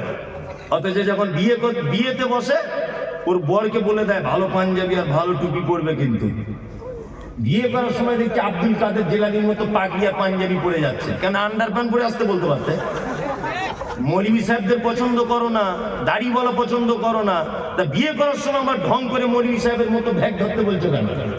যে পাঞ্জাবি পরতে এসো, আপনাদের এখানে বিয়েতে পড়ে বাচ্চা কাচ্চারা পড়ে, আবার বিয়ে করতে এসে এইরকম করে আছে, মুখে রুমাল দিয়ে। মানে এত লজ্জার বেটাও আর কি। 3 লাখ টাকা পণ নিয়েছে হারাম করে, তখন লজ্জা লাগেনি। 4 লাখ টাকা পণ নিয়েছে, 8 টিয়ার গাড়ি চেয়েছে, তখন লজ্জা লাগেনি। আর বিয়ে করতে গিয়ে এরকম করে বসে আছে, মনে হচ্ছে কোমরে লাথি মেরে কোমরে একটা মেরে দিয়েছে। হারাম করে 3 লাখ টাকা চাইতে সবার সামনে লজ্জা লাগলো না, আর ঘুমটা দিয়ে বসে আছে। মানে লজ্জাপতি গাছ বেটে খেয়েছিল। লজ্জা সরব আছে তোমার? বিয়াদব কোথায় গেলে? বাস্তব না অবাস্তব বলছি? পঞ্চায়েতে লজ্জা লাগে না বেটির বাপের কাছে, বেটির বাপের কাছে টাকা চাইতে লজ্জা লাগে না। আর বিয়ে করতে গিয়ে পুরুষ মানুষ রোমাল দিয়ে বসে আছে এরকম। কি একেবারে লজ্জাশীল পুরুষ। লজ্জাশীল থাকা দরকার। ওই জন্য যে সমস্ত মেয়েরা এ ব্যাপারে আপত্তি করেন, আপনাকে আমি বলে দিয়ে যাচ্ছি, কোন মেয়ে যদি নিজে আপত্তি করে যে দাড়িওয়ালা ছেলে বিয়ে করবো না, আমি মুমতাজুল ইসলাম বলছি আপনি তার থেকে দূরে থাকুন। আখিরাতেও কল্যাণ হবে, দুনিয়াতেও কল্যাণ হবে। আপনার আখিরাতেও কল্যাণ, দুনিয়াতেও কল্যাণ। কারণ নারী নামের হস্তিনী। আল্লাহ নবীর একটা সুন্নত, আল্লাহ নবীর একটা কঠিন পদক্ষেপকে যে মেয়ে অঙ্গীকার করে সে মেয়ে মুসলিম থাকতে পারে না। শুনুন, আপনি নামাজ পড়েন না আলাদা ব্যাপার। আমি আপনাকে ধরেছি যে ভাই আপনি নামাজ পড়ে ধরুন, আপনি বলছেন মৌলভী সাহেব লজ্জা লাগছে আপনাকে দেখে বারবার নামাজের কথা বলেন। সত্যি আমি খুব অপরাধী। ও মুসলিম, ও জানে নামাজ পড়ো, কিন্তু আমাকে দেখেও লজ্জা পাচ্ছে। তার মানে ওর ভিতরে আল্লাহর ভয় আছে। একটু চার্জ দিলে ও নামাজ পড়া ধরে যাবে।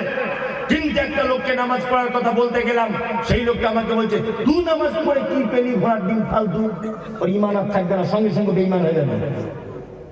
কি বলছি বুঝতে পারছেন? এই লোকটা নামাজ পড়ে না, এটা আমি গিয়ে বলছি চাচা একটু নামাজ পড়ুন, তখন বলছে মৌলভী সাহেব করতে পারছি না, কাজের চাপে খুব লজ্জা লাগছে, ইনশাল্লাহ চেষ্টা করবো। ও মুসলিম, ও কি মুসলিম? আর উনি যদি এ কথা বলেন যে তুমি নামাজ পড়ে এতদিন কি করলে, আমি ঘোড়ার দিন নামাজ না পড়ে দুতলা বাড়ি করে নিলাম, তাহলে উনি বেঈমান। ওর মুসলিম থাকতে পারলো না। তুমি দাড়ি রাখতে পারছো না, এটা আলাদা ব্যাপার। মেয়ে, তোমার বাপ দাড়ি রাখতে পারেনি, এটা তোমার বাপের দুর্বলতা। তোমার ভাই দাড়ি রাখতে পারেনি, এটা তোমার ভাইয়ের দুর্বলতা। কিন্তু তোমাকে যে ছেলে বিয়ের কথা বলতে এসেছে, তোমাকে যে ছেলে বিয়ের কথা বলতে এসেছে, তার যদি দাড়ি থাকে, সে তো মুহাম্মদ সাল্লাল্লাহু আলাইহি ওয়াসাল্লামের পদ্ধতিতে দাড়ি রেখেছে। তুমি যে তাকে ঠাট্টা করলে, বিদ্রুপ করলে, বিবাহের জন্য অপ্রয়োজন মনে করলে, আমি তো মনে করি ওই দাড়ি থাকা ছেলেটাকে যদি অপমান করে বাড়ি পাঠায়, বা দাড়ি আছে বলে যদি বিয়ে না বসতে চায়, তাহলে ওই মেয়েটাও ঠিক তেমন বেঈমান হয়ে যাবে। কারণ ও একটা চরম হাদিসকে অপমান করার কারণে। খুব বুঝে শুনে কথা বলবেন, হিসাব করে। তবে আলহামদুলিল্লাহ সব মেয়েরা নয়। আমার মাদ্রাসাতে 200 থেকে 250 মেয়ে আছে। আমি এই পর্যন্ত মনে হয় জীবনে কত মেয়েকে যে বিয়ে দিয়েছি তা আল্লাহ ছাড়া কেউ জানে না। কি বলছি বুঝতে পারছেন? অজস্র মেয়েকে বিয়ে দিয়েছি। এই কিছুদিন আগে মেদিনীপুরের একটা মেয়ে আছে আমার মাদ্রাসাতে, এই যে আমার পিছনে বসে আছে শামীম, আপনাদের মাওলানার এখানকার ছেলে আর কি। ও তো যায়, ওরা সব সময়তেই যায়। আমার বাড়িও গিয়েছিল সেদিনও। তা এরা সব দেখে এসেছে আমার মাদ্রাসা। আর একটা মেয়েদের মাদ্রাসা আছে, 200-250 মেয়ে পড়ে আলহামদুলিল্লাহ। আবার মোটামুটি এই তো শামীম গিয়েছিল ভিত্তি স্থাপনের দিনে। 3 বিঘা জমির উপরে ছেলেদের মাদ্রাসা তৈরি হচ্ছে ইনশাআল্লাহ, দোয়া করবেন।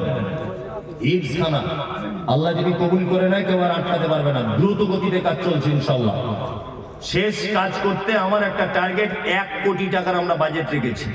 যদি বলছেন টাকা আপনার বহুত টাকা, তো তাহলে আমার 1 পয়সাও নেই। যা টাকা পয়সা পাচ্ছি সব লাগিয়ে দিচ্ছি, বাকিটা আল্লাহ ম্যানেজ করে দিচ্ছে বিভিন্ন মানুষের মাধ্যমে। যাই হোক, যে কথা বলছিলাম সেটা হচ্ছে এই যে আমার একটা মাথাতে একটা জিনিস কাজ করে। বেদাতিরা একটা কথা বারবার বলে যে আহলে হাদিসরা কোরআন পড়তে পারে না। বারবার একটা কথা প্রশ্ন কিন্তু তারা তোলে না।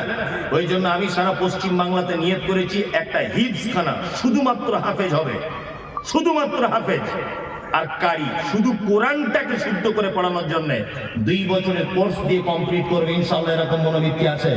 রমজানের পর থেকে যে কটা রুম রেডি হবে সেই কটা রুম দিয়ে চালু করে দেবে ইনশাআল্লাহ। নিয়ত করে নিয়েছে।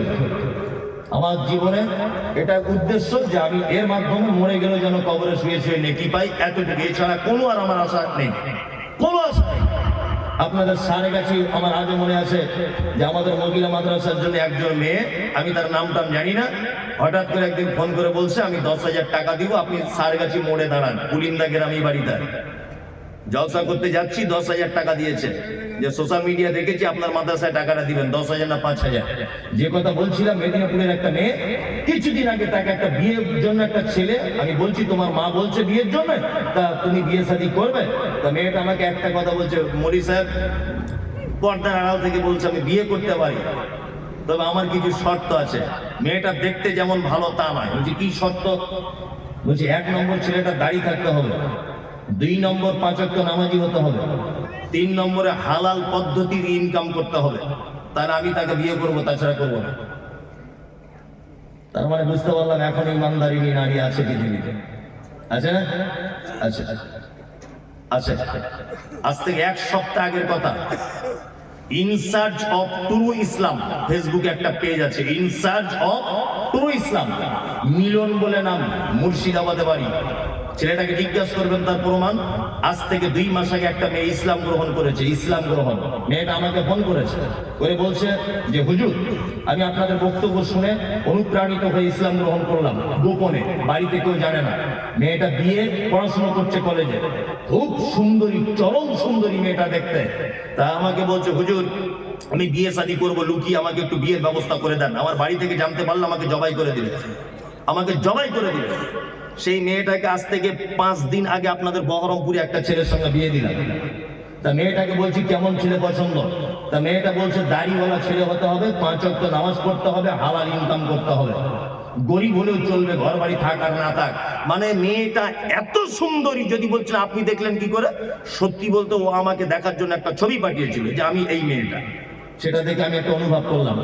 দেখুন একজন হিন্দু নারী 2 মাস ইসলাম গ্রহণ করেছে, তার মনের ভিতরে ইসলামের কত ভালোবাসা জন্ম হয়েছে বলে নারী এই কথা বলতে পারছে দাড়িওয়ালা ছেলে ছাড়া বিবাহ করবো না। আপনাকে ফোন নাম্বার দিতে পারি, তার বরের কথা বলবেন যে ঘটনা সত্য না মিথ্যা। বাড়ি থেকে বার হয়ে চলে এসেছে, হিন্দু মেয়ে মুসলিম হয়েছে, ইসলাম গ্রহণ করেছে, তার সমস্ত কোর্টের ডকুমেন্টস রয়েছে, মুসলিম একটা ইমানদার ছেলে তাকে স্ত্রী হিসাবে গ্রহণ করেছে। ভালো নারী নেই এ কথা বলবো না, তবে যত খারাপই আমাদের যারাই কলেজে পড়ছে আর যারা বড় ডিগ্রি করতে যাচ্ছে, ফ্যাশন হয়েছে, এরা বলছে আমাদের আর পছন্দ হচ্ছে না, আমাদের আর পছন্দ হচ্ছে না। কি বলছি বুঝতে পারছেন? দূরে থাকবেন। আল্লাহ তুমি আমাদের ফাসিকি থেকে বাঁচার তৌফিক দান করো, আমিন বলুন, আমিন। চলুন আর একটা ব্যাখ্যা করে দিই, তারপরে আর একটা করব, সেটা হচ্ছে মুশরিক। নাম জানেন মুশরিক? মুশরিক, মুশরিককে শিরিক করে, উনি ভালোই বলতে পারছেন, শিরিক করে মুশরিক। এবার আপনাকে একটা কথা বলে দিচ্ছি, শুনে এখানে এই কথা বললে তো আরো আপনি আশ্চর্য হবেন। হিন্দু, মুসলিম, জৈন, খ্রিস্টান, হাঁড়ি, চুয়ার, চামার, বাগদি, ছুতর, মেতর, পৃথিবীতে যত জাতির মানুষ বসবাস করে, যত ধর্মের মানুষ বসবাস করে, কোন ধর্মের ভিতরে মুশরিক বর্তমানে খুঁজে পাওয়া খুব মুশকিল। হিন্দু, এদের ভিতরে মুশরিক নেই। খ্রিস্টান, এদের ভিতরে মুশরিক নেই। ইহুদি, এদের ভিতরে মুশরিক নেই। হিন্দু বর্তমানে যারা, তাদের ব্যাপারে কোরআন মাজিদে শব্দ এসেছে সাবেঈ। সাবেঈ হচ্ছে তারা, কারা?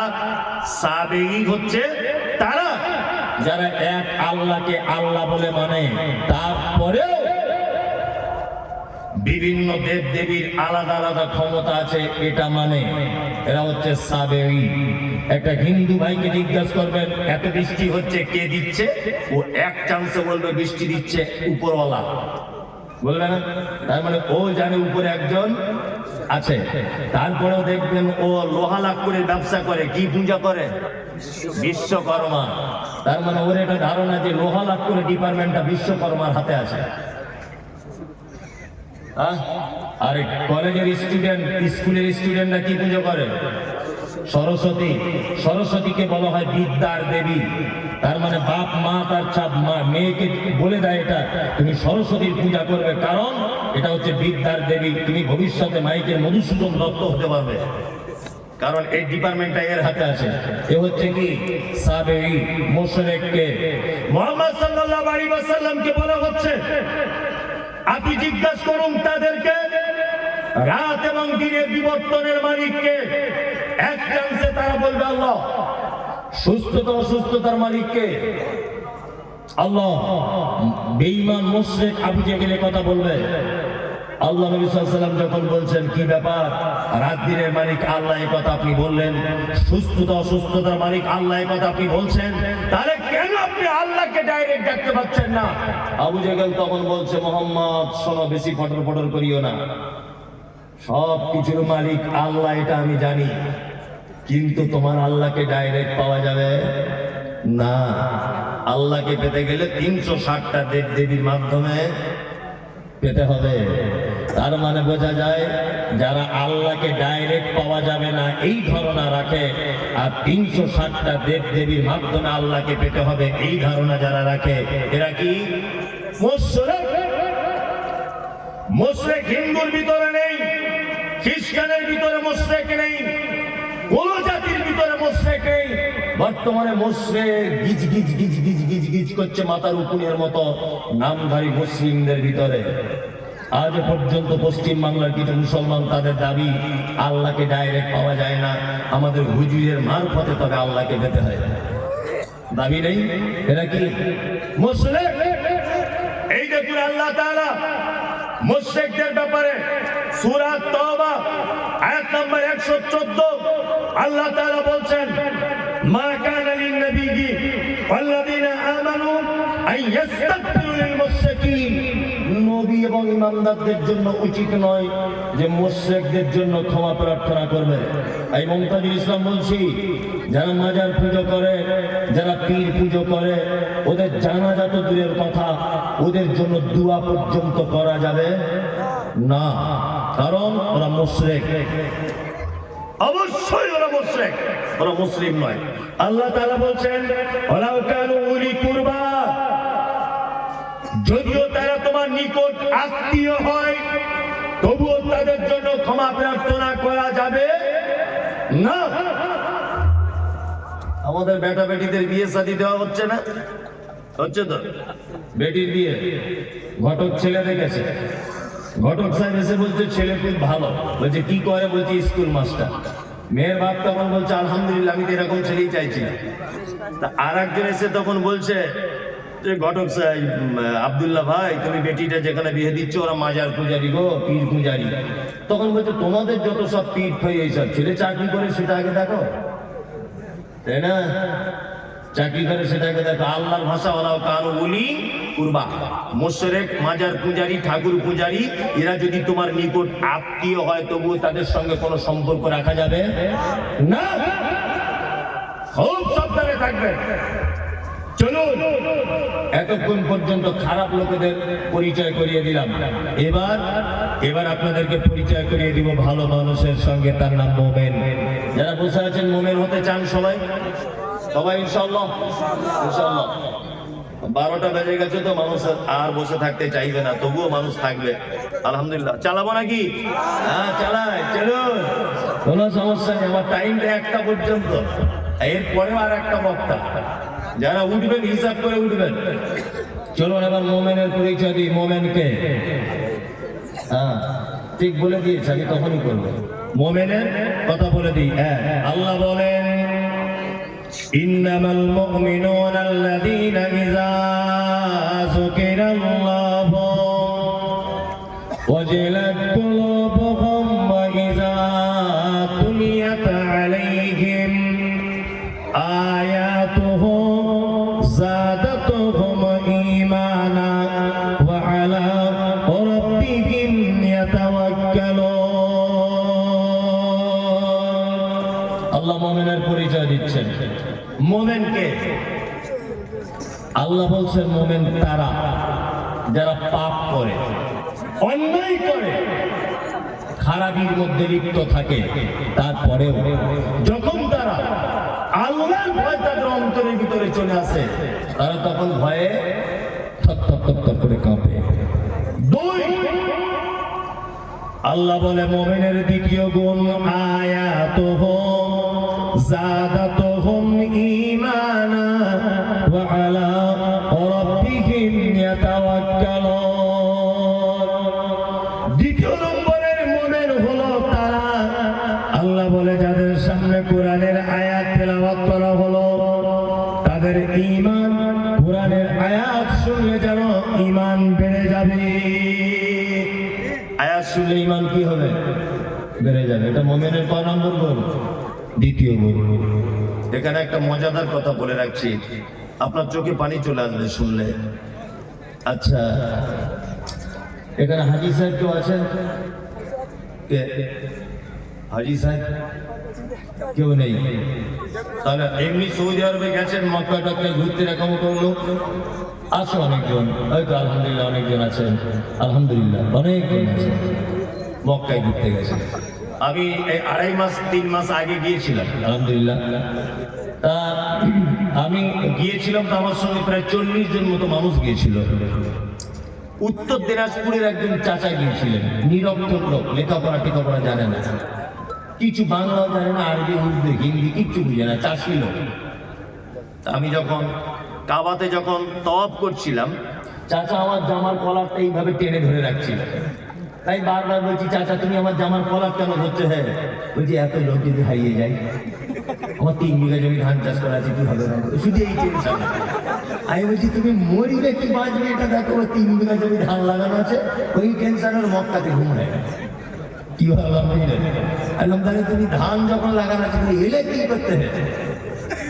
যাই হোক, দ্বিতীয় লোক। তা আবার প্রথম ইমাম আব্দুর রহমান আস-সুদাইস বেশিরভাগ মাগরিবের এশাতে বা এশাতে ফজরে তিনি নামাজ পড়াতেন। আল্লাহু আকবার। উনি যখন কোরআন তেলাওয়াত করতেন, Ethiopia, Tanzania, German, Japan, France, Kuwait, পৃথিবীর যে ভাষাভাষী মানুষ হোক না কেন, চোখ দিয়ে পানি পড়তে লাগতো। আব্দুর রহমান আস-সুদাইস জাহান্নামের আয়াতগুলো যখন আসতো, তখন বাচ্চা ছেলের মতো 20 second 25 second how how how how করে কাঁদতেন। জাহান্নামের আয়াতগুলো যখন আসতো, ফজরের নামাজ পড়ছি, রাত 10টার সময় তওয়াফ শুরু করতাম। দিনের বেলা ভিড় হতো বলে আমরা যেতে পারতাম না। রাত 10টা থেকে ফজর পর্যন্ত তওয়াফ করতাম কাবাতে। আল্লাহ করিয়েছে, যাই হোক। তা তওয়াফ করতে করতে ফজরের যখন আজান হয়, ওই সঙ্গে সঙ্গে সব লোক ঘুরে কাতারে দাঁড়িয়ে যায়। ঠিক বলছি তো? কাতারে দাঁড়িয়ে যায়। আমি দাঁড়িয়ে আছি, আমার পাশে ওই যে উত্তর দিনাজপুরের চাচা দাঁড়িয়ে আছে। নামাজ শুরু হয়েছে, আল্লাহু আকবার। সবাই হাত বেঁধে দাঁড়িয়ে গেল। কাবার প্রথম ইমাম আব্দুর রহমান আস-সুদাইস তিনি জাহান্নামের আয়াত তেলাওয়াত করছেন, আর আয়াত তেলাওয়াত করতে করতে তিনি যেন বাচ্চা ছেলের মতো করে কাঁদছেন। আমি কোরআনের একটু অল্প কিছু বুঝি, আমার চোখ দিয়েও পানি চলে এলো। আমিও বাচ্চা ছেলের মতো ডুকরে ডুকরে কাঁদতে লাগলাম। আমার পাশের চাচা কোরআন বোঝে না, বাংলা ভালো করে পড়তে জানে না, অশিক্ষিত লোক। চাচাও দেখছি ডুকরে ডুকরে কাঁদতে শুরু করে দিল। নামাজ শেষ হয়ে গেল। কাবা থেকে জমজমের পানি পান করে যখন ফাঁকে বার হয়ে গেলাম, চাচাকে ডেকে বললাম, চাচা সত্যি করে বলো দেখি, কাবার ইমাম আরবি ভাষী মানুষ, তিনি কোরআনের আয়াত বুঝতে পেরেছেন তাই কাঁদছেন। আমি মুমতাজুল 2 পাতা পড়া আলেম, আমি ব্যাপারটা বুঝতে পারলাম, এই জন্য চোখ দিয়ে পানি চলে এলো। তোমার কেন চাচা চোখ দিয়ে পানি চলে এলো বলো? চাচা তখন বলছে, বেটা মুমতাজুল, 70 বছর আমার বয়স, আমি 50 বছর যাবত আমাদের গ্রামের মসজিদে নামাজ পড়ি, কিন্তু কোরআন শুনলে অন্তর গলে না। কিন্তু আজকে আশ্চর্য ব্যাপার, কাবা শরীফে নামাজ পড়তে এলাম, আর কাবার ইমামের তেলাওয়াত শুনে আমার চোখ দিয়ে পানি বার হয়ে গেল। আমিও বাচ্চা ছেলের মতো ডুকরে ডুকরে কেঁদে দিলাম। আমার আল্লাহর কোরআনের আয়াতের কথা মনে হলো। আল্লাহ বলে, আয়াতুহু যাদাতুহুম ঈমানা ওয়া আলা রাব্বিহিম ইয়াতাওয়াক্কালুন। মুমিন হলো তারা, তাদের সামনে যখন কোরআনের আয়াত তেলাওয়াত করা হয়, তাদের ঈমান তখন বেড়ে যায়। চাচা তুমি কোরআন জানো না, তুমি কোরআন পড়তে জানো না, কিন্তু তুমি 1 লক্ষ টাকা খরচা করে কাবায় চলে এসেছো। তোমার ঈমানের পরিপূর্ণতা লাভ করেছে, তোমার ঈমান কাজ করছে। ওই জন্য চাচা আমার গলা ধরে হাউ হাউ করে করে বলছে, কাঞ্চার বলছে, বেটা মুমতাজুল, তুমি আমার বেটার থেকে অল্প বয়সের, কিন্তু কোরআন শুনলে যে চোখ দিয়ে পানি চলে আসে, আজকে তার জ্বলন্ত প্রমাণ পেলাম। ওই জন্য বলে বন্ধু, টাকা দার্জিলিং এ গিয়ে নষ্ট না করে দিয়ে, গ্যাংটকে গিয়ে নষ্ট না করে, ওই আপনার সুন্দরবন বেড়াতে গিয়ে টাকা নষ্ট না করে, একবার অন্তত পক্ষে ৮০-৯০ হাজার টাকা খরচা করে কাবায় চলে যান, আপনার ঈমান বেড়ে যাবে। আল্লাহ বলছে মুমিন তারাই তো মুমিন যাদের সামনে আবার কোরআন তেলাওয়াত করা হবে, ইমাম সাহেব তেলাওয়াত করবে, পিছনে মুসল্লি দাঁড়িয়ে থাকবে, আর তার ঈমান যেন আস্তে আস্তে করে বেড়ে যাবে। আমাদের ঈমান বাড়ে। ফজরের সময় দুটো আয়াত যদি ইমাম সাহেব বেশি করে যদি তেলাওয়াত করে দেয়, তা মুসল্লিরা ঝামেলা লেগে ঝামেলা লেগে যায়। আল্লাহ বলে মুমিন তারা ওয়া আলা রাব্বিহিম ইয়াতাওয়াক্কালুন। মুমিনের ৩ নম্বরের গুণ, খায়রিহিম ওয়াশাররিহিম মিনাল্লাহি তাআলা। মুমিন যা কিছু হবে আল্লাহর উপরে ভরসা করবে। মুমিন কার উপরে ভরসা করে? আল্লাহর উপরে। হায়াত মওতের মালিক কে? আল্লাহ। রুজির মালিক আল্লাহ। দোকান করেছে, ঈমান আছে তো? দোকান করেছে, দোকানের পিছনে দেখছে একটা তাবিজ ল্যামিনেশন করে টাঙানো আছে, তাই না? তা চাচা তোমার তাবিজ কি ব্যাপার? বলছে বেচাকেনায় বরকত হবে। আমি বলছি কে দিয়েছে? বলছে আমাদের হেড মৌলানা দিয়েছে। বোঝানোর জন্য বলছে।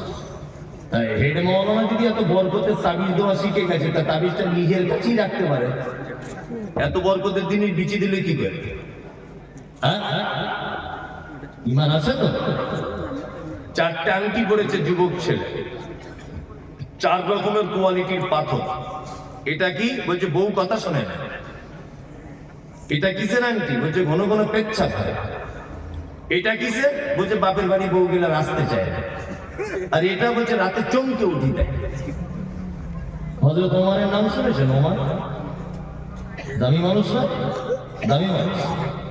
পৃথিবীতে অনেক জিনিস আছে যেগুলো ডাইরেক্ট জান্নাত থেকে এসেছে, তার ভিতরে একটা হাজির আসওয়াদ, তাই না?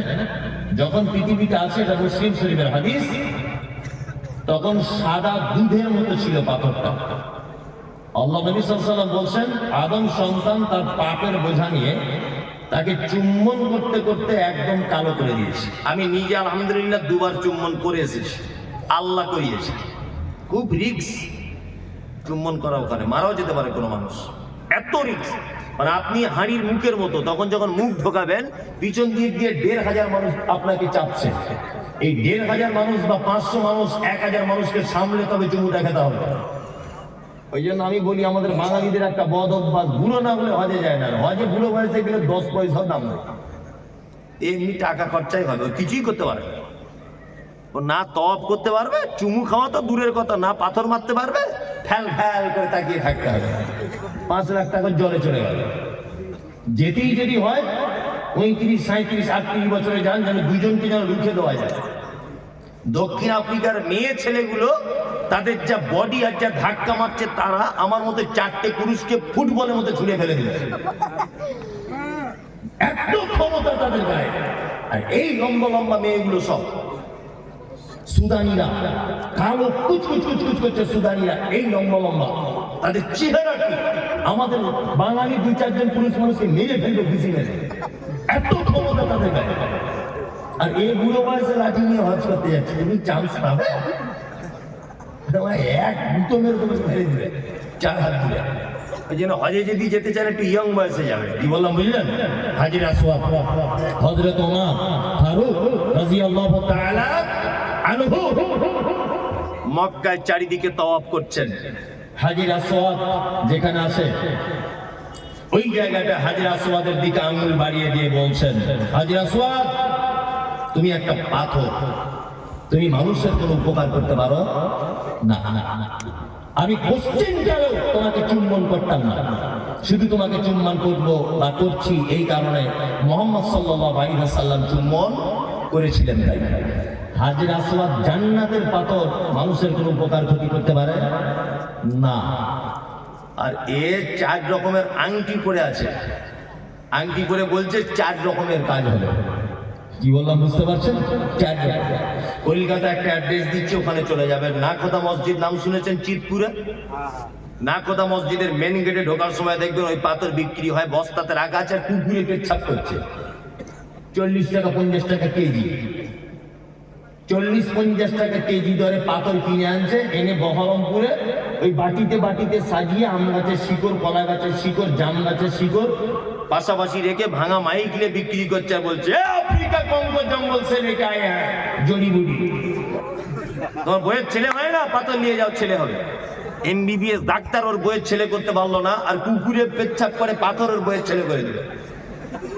তারা 2024 সালে এত বোকা লোক বাস করে। আর পাথর পড়ে আছে কে না? স্কুলে হেডমাস্টার। মনে মনে ভাবি যে আল্লাহ গরুর পেটে কেন সব গোবর দিলে? হেডমাস্টারের মাথাতেও কিছু দিতে পারতে হালকা। তোর মাথায় মগজ আছে? বিচারপতি বিচার করে কোর্ট থেকে বার হয়ে জড়িবুটি কিনে চোর বইয়ের ছেলে হবে। কত বড় গাধাও! ওর কপালে কিছু জোটেনি বলে ভাঙা মাইকের ফোন নিয়ে বসে আছে, ফুটপাতে তাবিজ কবজ বিক্রি করছে, চালাকি চিটিং মার। কি বললাম বুঝলেন? কাজী নজরুলের ভাষা কি? কাজী নজরুল বলেছেন, ওরে পীর ফকিরের কথা যদি সত্য হতো, তারা কেন ভিক ভেঙে ফুটপাতে খেত? তাদের কথা যদি সব হবে, হাত দেখে যদি সব বলে দিবে, তা ফুটপাতে তারা কেন বসে আছে? আছে আল্লাহ। এলেম বাজার মাদ্রাসায় তখন পড়ি, এলেম বাজার নাম শুনেছেন বীরভূমে? তখন এলেম বাজার মাদ্রাসায় পড়ি আমি। মাদ্রাসা পড়াশুনো করছি, বাড়ি আসছি, একা একা বাড়ি আসা নতুন শিখেছি। তা বোলপুর থেকে ট্রেন ধরে আমি আসছি শিয়ালদা। তা শিয়ালদা স্টেশনে নেবি, প্ল্যাটফর্ম থেকে বার হয়েছি, দেখছি একটা লোক খাঁচার ভিতরে টিয়া পাখি নিয়ে বসে আছে। তা আমার ছোটবেলা থেকে জানকারির ব্যাপারে খুব ইচ্ছা। গিয়ে বলছি, চাচা তোমার টিয়া পাখিতে কি আছে? হে বলছে, টিয়া পাখি হাত দেখে বলে দিবে তুমি কার সাথে কি করছো না করছো, সব মনের কথা।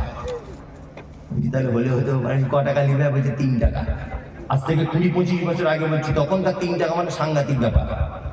তা আমি তখন সেরেক বেদাত এটা বুঝতাম না, মাদ্রাসার ছাত্র, তখন তো খুব বদমাইশ। আমি তাহলে একবার আমারটা হাত দেখে বলে দাও তো কি করছে একবার। তখন তো ফোন ছিল না, তখন এত বড় চিটিং মার হাতটা দেখে বলছে, তো সাংঘাতিক ব্যাপার। আমি কি ব্যাপার? বলছে, তুমি যাকে ভালোবাসো সে তো প্রায় চলে আসার টাইম হয়ে গেছে। ওইটাই তো আমি চাইছি, যাকে ভালোবাসি সে আমার বাড়ি আসুক, আর মাদ্রাসায় পড়বো না, বেশ মজা করে থাকবো দুজনে মিলে। মনে মনে ভাবছি আর কি। তাই বলছি, তাহলে বাবা কি করা যাবে? কি করা যাবে? বলছে, এমন একটা তাবিজ দিয়ে দেবো, 10 টাকা দাম, এমন করে দিব না, এক জানলা ভেঙে চলে আসবে তোমার বাড়ি, কেউ আটকে রাখতে পারবে না। মনে মনে ভাবছি, তো ওইটাই তো আমার দরকার। ওকে পেয়ে গেলেই তো আমার পড়াশোনা সব শেষ, সংসারে লেগে যাবো। তখন অত বুঝি না, ভালো মনে 10 টাকা দিয়ে সত্যি কথা বলতে মাল নিয়ে নিয়েছি। মাল নিয়েছি। এবারে আগে সে সুইচওয়ালা ফোন ছিল, তখন তো ফোন টোন ছিল না, সে টাকার এরকম বাক্স ফোন ছিল আগেকার দিনে, তাই না? আর ওই ফোন থেকে মাঝে সাঝে ওকে ফোন টোন করা হতো আর কি। আগে তবু রিং হচ্ছিল, এখন মোটি রিংও হয় না, সুইচ। মাথা খুব খারাপ যে আগে তবু তাবিজের আগে তবু ফোন টোন হচ্ছিল না, আলাদা ব্যাপার। এখন তো ফোনে রিংও পাচ্ছে না। তাই মনে মনে খুব মনটা খারাপ যে আসছে না। শুধু বাড়িতে ভাতটা খাচ্ছি না, আমার মা বলছে ভাত খেলে না, খাবো না। আমি তো অপেক্ষা করছি কখন আসবে আর কি, আসছে। মাদ্রাসায় ফের যখন ফিরে যাচ্ছি আর কি, যে ওকে ধরবো। আর মাদ্রাসায় পড়া ছেলে হতে জানে না, কঠিন খাতারনাক। আরো যারা মাদ্রাসায় অর্ধেক করে ছেড়ে দিয়েছে, এরা এই রাস্তা দিয়ে চললে ইবলিশ শয়তান 13 কিলোমিটার দূর দিয়ে যায়। যে হাফ মাদ্রাসায় পড়ে ছেড়ে দিয়েছে, ওই যদি এই রাস্তা দিয়ে হাঁটে পুলিন্দা, তো ইবলিশ শয়তান 13-14 কিলোমিটার দূরে চলে যাবে। যে ওরে বাবা সাংঘাতিক, আমার থেকে বড় আসছে, ও ধারে পাশে করা যাবে না। আর মাদ্রাসা ছেলেরা বদমাশ হওয়ার কারণ আছে, সব খারাপ মালগুলোতে এক জায়গায় থাকে, আর ভালো মাল সব আলামী মিশনে করছে, বুঝলেন না? বাড়িতে টিকতে পারছে না, কলা চুরি, এই পুকুরের মাছ চুরি সহ্য করতে পারছে না, চল মাদ্রাসায় পুলিশ নাই দিয়ে হেড মলিবি, তুই এখন বল যা পারবি কর। ঘটনা তাই না? আমি তো ভুক্তভোগী, আমি তো মাদ্রাসা চালাচ্ছি, আমি জানি। কি বলবো আপনাকে? যাই হোক, তা যাবার সময় তো লোকটাকে বলছি, চাচা কাকা সেই ওই দিন তাবিজ দিলে কই এলো না তো। চিটিং বাজদের কি হয় দেখুন। আবার বলছে দেখি হাতটা দেখি, তা হাতটা দেখে এরকম করে বলছে এ তো কঠিন ব্যাপার। কি ব্যাপার? ঘটনা বলছে এই যে দাগটা দেখে গেছেন এইদিকে, আমি দেখে গেছে তো কি হলো? আগের দিন তো দেখা ছিল না, আজকে দেখে গেল কি? বলছে আমি যে এখানে দেখতে পাচ্ছি হাত দেখে, আগের দিন তোমায় তাবিজ দিয়ে আমি ওকে বার করতে চাইলাম, ওর মা দেখতে পাচ্ছি কোথাও আমার 150 টাকার তাবিজ দিয়ে আটকে রাখার তাবিজ করেছে। এছাড়া দুটো তাবিজে মারামারি হয়ে গেছে, যার দাম বেশি তার কাজ বেশি। ওই জন্য তুমি যদি 250 টাকার তাবিজ কেন, তাহলে এবার আসার চান্স আছে। তখন আমি ভাবছি পাক্কা চিটিং মাছ। মাদ্রাসায় পড়া ছেলে, আমি ওকে বলছি তাহলে আমার কাছে তো 250 টাকা নেই, তা যে 10-20 টাকা আমার আব্বা দিয়েছে মাদ্রাসায় যাওয়ার জন্য, এক কাজ করি লটারির টিকিট কাটি, 50,000 টাকা ফার্স্ট প্রাইজ কোন নাম্বারে পড়বে একটু দেখে বলে দেন, ওইটা কাটবো। বলছি ওইটা বলা যাবে না, ওই চিটিং মাছ। আমি কার সাথে লাইন মারছি তুমি বলে দিতে পারছো, আমার বউ আসবে কিনা তুমি বলে দিতে পারছো, কার বউ কার সঙ্গে আছে এটা বলে দিতে পারছো, কে কার সাথে প্রেম করে আনন্দ দেখে বলে দিতে পারছো। আর চিটিং মাছ কোন নাম্বারে ফার্স্ট প্রাইজ এটা বলতে পারো না? হ্যাঁ, তার মানে এই যে কাজী নজরুলের কথা ঠিক, পীর ফকিরের কথা যদি সত্য হতো, ফুটপাতে তারা কেন ভিক ভেঙে খেত? লটারি টিকিট বিক্রি করছে আর বলছে এইটা পড়ে যাওয়ার চান্স আছে। তাই বলছি হারামখোর পড়ে যাওয়ার চান্স আছে, 1 কোটি টাকা ফার্স্ট প্রাইজ, তুই ওটা বাড়িতে তুই কেন বিক্রি করছে বাড়িতে? আল্লাহ বলেন মুমিন তারা সর্ব ব্যাপারে ভরসা রাখবে কার উপরে? আল্লাহর উপরে। খাওয়া হোক না হোক, বন্যা হয়ে যাক, খরা হোক, বিপদে পড়ুক, সুস্থ থাকুক, অসুস্থ হয়ে থাকুক, এক কথায় বোঝা যায় যাবতীয় ব্যাপারে মুমিন কার উপরে ভরসা করবে? আল্লাহর উপরে। আল্লাহ তারপরে বলেন আল্লাযীনা ইউকিমুনাস সালাত, আর মুমিন তারা যারা সালাত আদায় করবে, নামাজ পড়বে। 5 ওয়াক্ত নামাজ পড়েন তো? বলছেন কারা কারা পড়ছেন দেখি, তাহলে চোর ধরা পড়বে। কারা কারা পড়ছেন সবাই হাত তুলুন, তাহলে চোর সব ধরা পড়ে যাবে। নামাজ পড়ুন, নামাজ কি বললাম বুঝলেন? নামাজটা পড়ুন। জি চলুন। আল্লাহ তারপরে বলেন আল্লাযীনা ইউকিমুনাস সালাতা ওয়া মিম্মা রাযাকনাহুম ইউনফিকুন। মুমিনের 5 নম্বরের গুণ, ওরাই হলো মুমিন যাদেরকে আমি আল্লাহ রুজি দিয়েছি, সেই রুজি থেকে তারা মাদ্রাসা মসজিদ মুক্ত অসহায় গরিব দুস্থ মানুষদের মাঝখানে দান করে দেয়। বললাম বুঝলেন? মুমিনের 5 নম্বরের গুণ কি? মুমিন দান করে। এখানে একটা কথা বলে দিই, এটা বাংলায় প্রবাদ আছে, ভ্যাক না করলে ভিক মেলে না, আছে না? আমার আদায়কারী বক্তব্য রেখেছে কমিটি, আমাকে আবার এখানে বসে বসে বলছে একটু বলুন, আর আমাকে মাদ্রাসায় পড়িয়ে দিয়ে এসেছে 1.5 ঘন্টা বক্তব্য, আর লাস্টে একটু দেখবেন।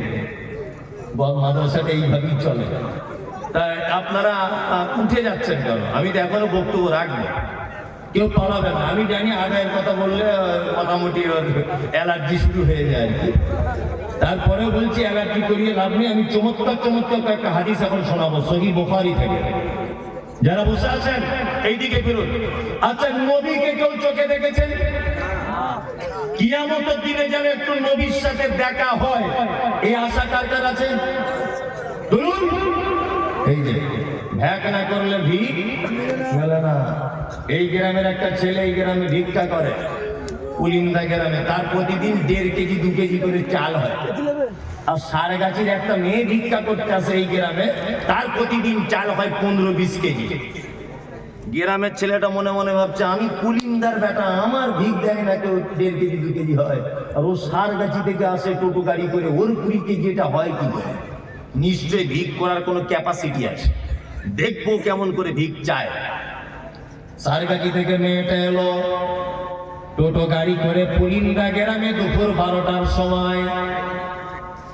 মাস্টার আব্দুল্লাহ দরজার সামনে দাঁড়িয়ে মেয়েটা বলছে আমি নবীর বেটি ফাতেমা, বাড়ি আমার মদিনা, ভিক নাকি দিলে তোরা জান্নাত পাবি না।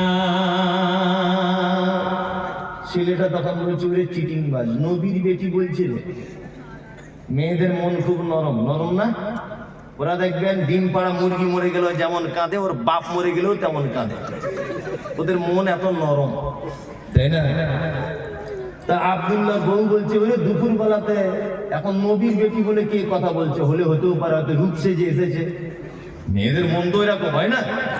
ছেলেটা গ্রামের ছেলেটা ভাবছে কি ব্যাপারে নবীর বেটির নামে চাল তুলছে, দাঁড়া তোর 12টা বাজাচ্ছি। মেয়েটা আর একটা বাড়ি গেল, গিয়ে বলছে আমি নবীর বেটি ফাতেমা, বাড়ি আমার মদিনা, বিকে নাকি দিলে তোরা জান্নাত পাবি না। বাড়ির বউটা ভাবছে নবীর বেটি বলছে হলে হতেও পারে, 1.5 কেজি চাল মেরে দেয়। 1.5 কেজি চাল দিয়ে দিলে ওই দেখা যাচ্ছে 20-25 কেজি হয়ে গেল। ফাতেমার স্বামীর নাম কি ছিল? হযরত আলী। মেয়েটা আর একটা বাড়িতে গেল, গিয়ে বলছে আমি নবীর বেটি ফাতেমা, বাড়ি আমার মদিনা, বিকে নাকি দিলে তোরা জান্নাত পাবি না। এই গ্রামের ছেলেটারা সহ্য হলো না, মেয়েটার পাশনে আস্তে আস্তে করে দাঁড়িয়ে গিয়ে বলছে আমি হলাম হযরতে আলী, এতদিন তুই কোথায় ছিলি, তোর প্রেমেতে পাগল আমি, আজকে তোকে ছাড়ব না। তুই যদি ফাতেমা হবি আমি তোর বর স্বামী, স্বামী স্ত্রী ব্যাপার চাল যাওয়া হবে, হাফ হাফ করে নিলে মারামারি লেগে গেছে, কঠিন মারামারি চলছে বুঝলেন, স্বামী স্ত্রী ব্যাপার। তার মানে বোঝা যায় ভ্যাটা না করলে ভিক মেলে না।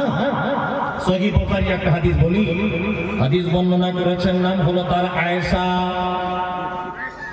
শুধু আয়েশা তার নাম নয়, হাদিসে বলা হয়েছে, হাদিসের পরিভাষায় তার নাম হলো মুহাদ্দিসা। যতজন নারী সাহাবিয়াতগণ হাদিস বর্ণনা করেছেন, তার মধ্যে সবথেকে বেশি হাদিস বর্ণনা করেছেন আম্মা জান আয়েশা।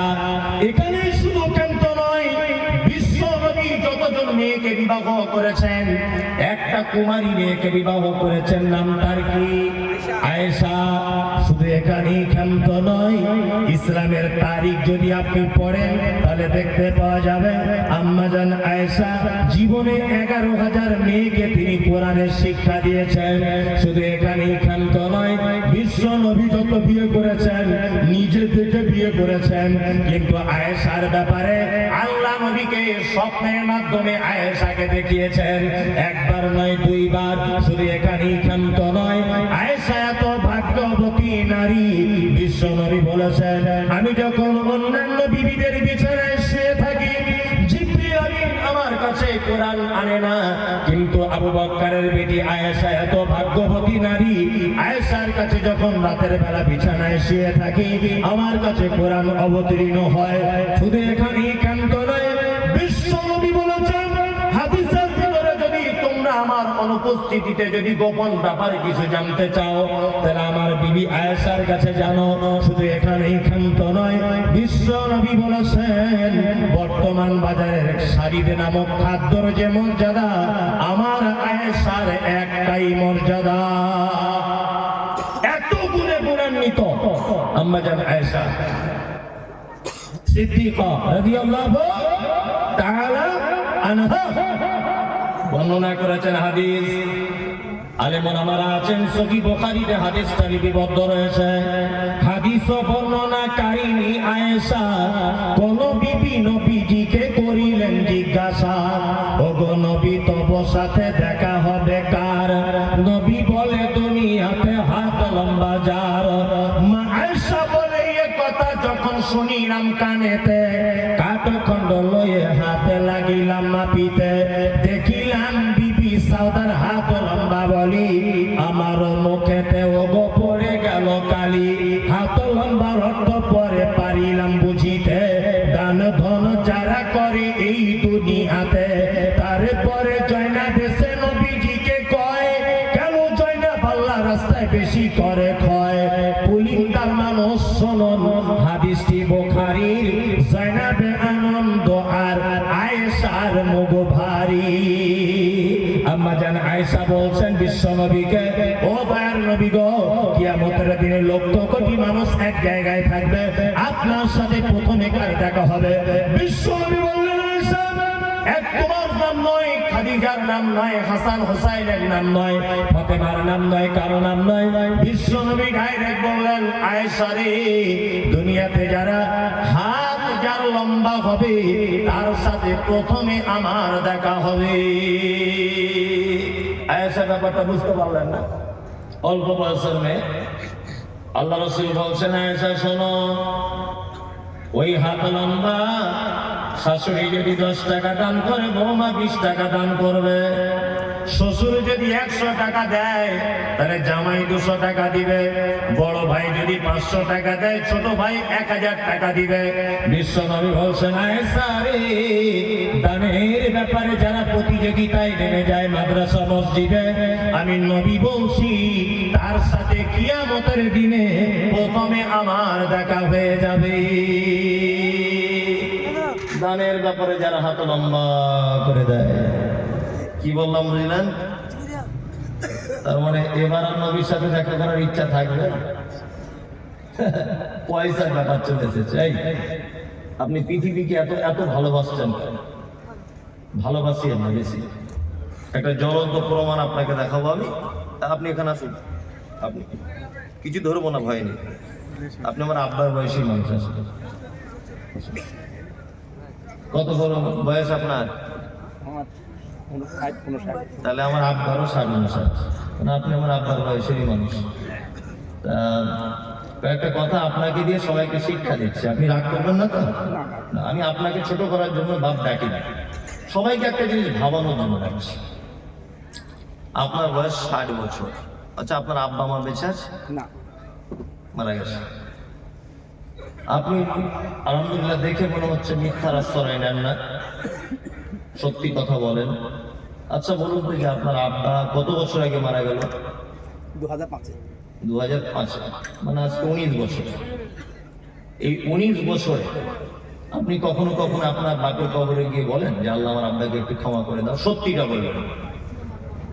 বাপের লিগা বলি না, কিন্তু যে দোয়া করি অবস্থানে যেদিন যাই সেদিন দোয়া করি। আর নামাজে বাপের লিগা দোয়া করি। আলহামদুলিল্লাহ। জান, এর নাম পৃথিবী। এর নাম কি? পৃথিবী।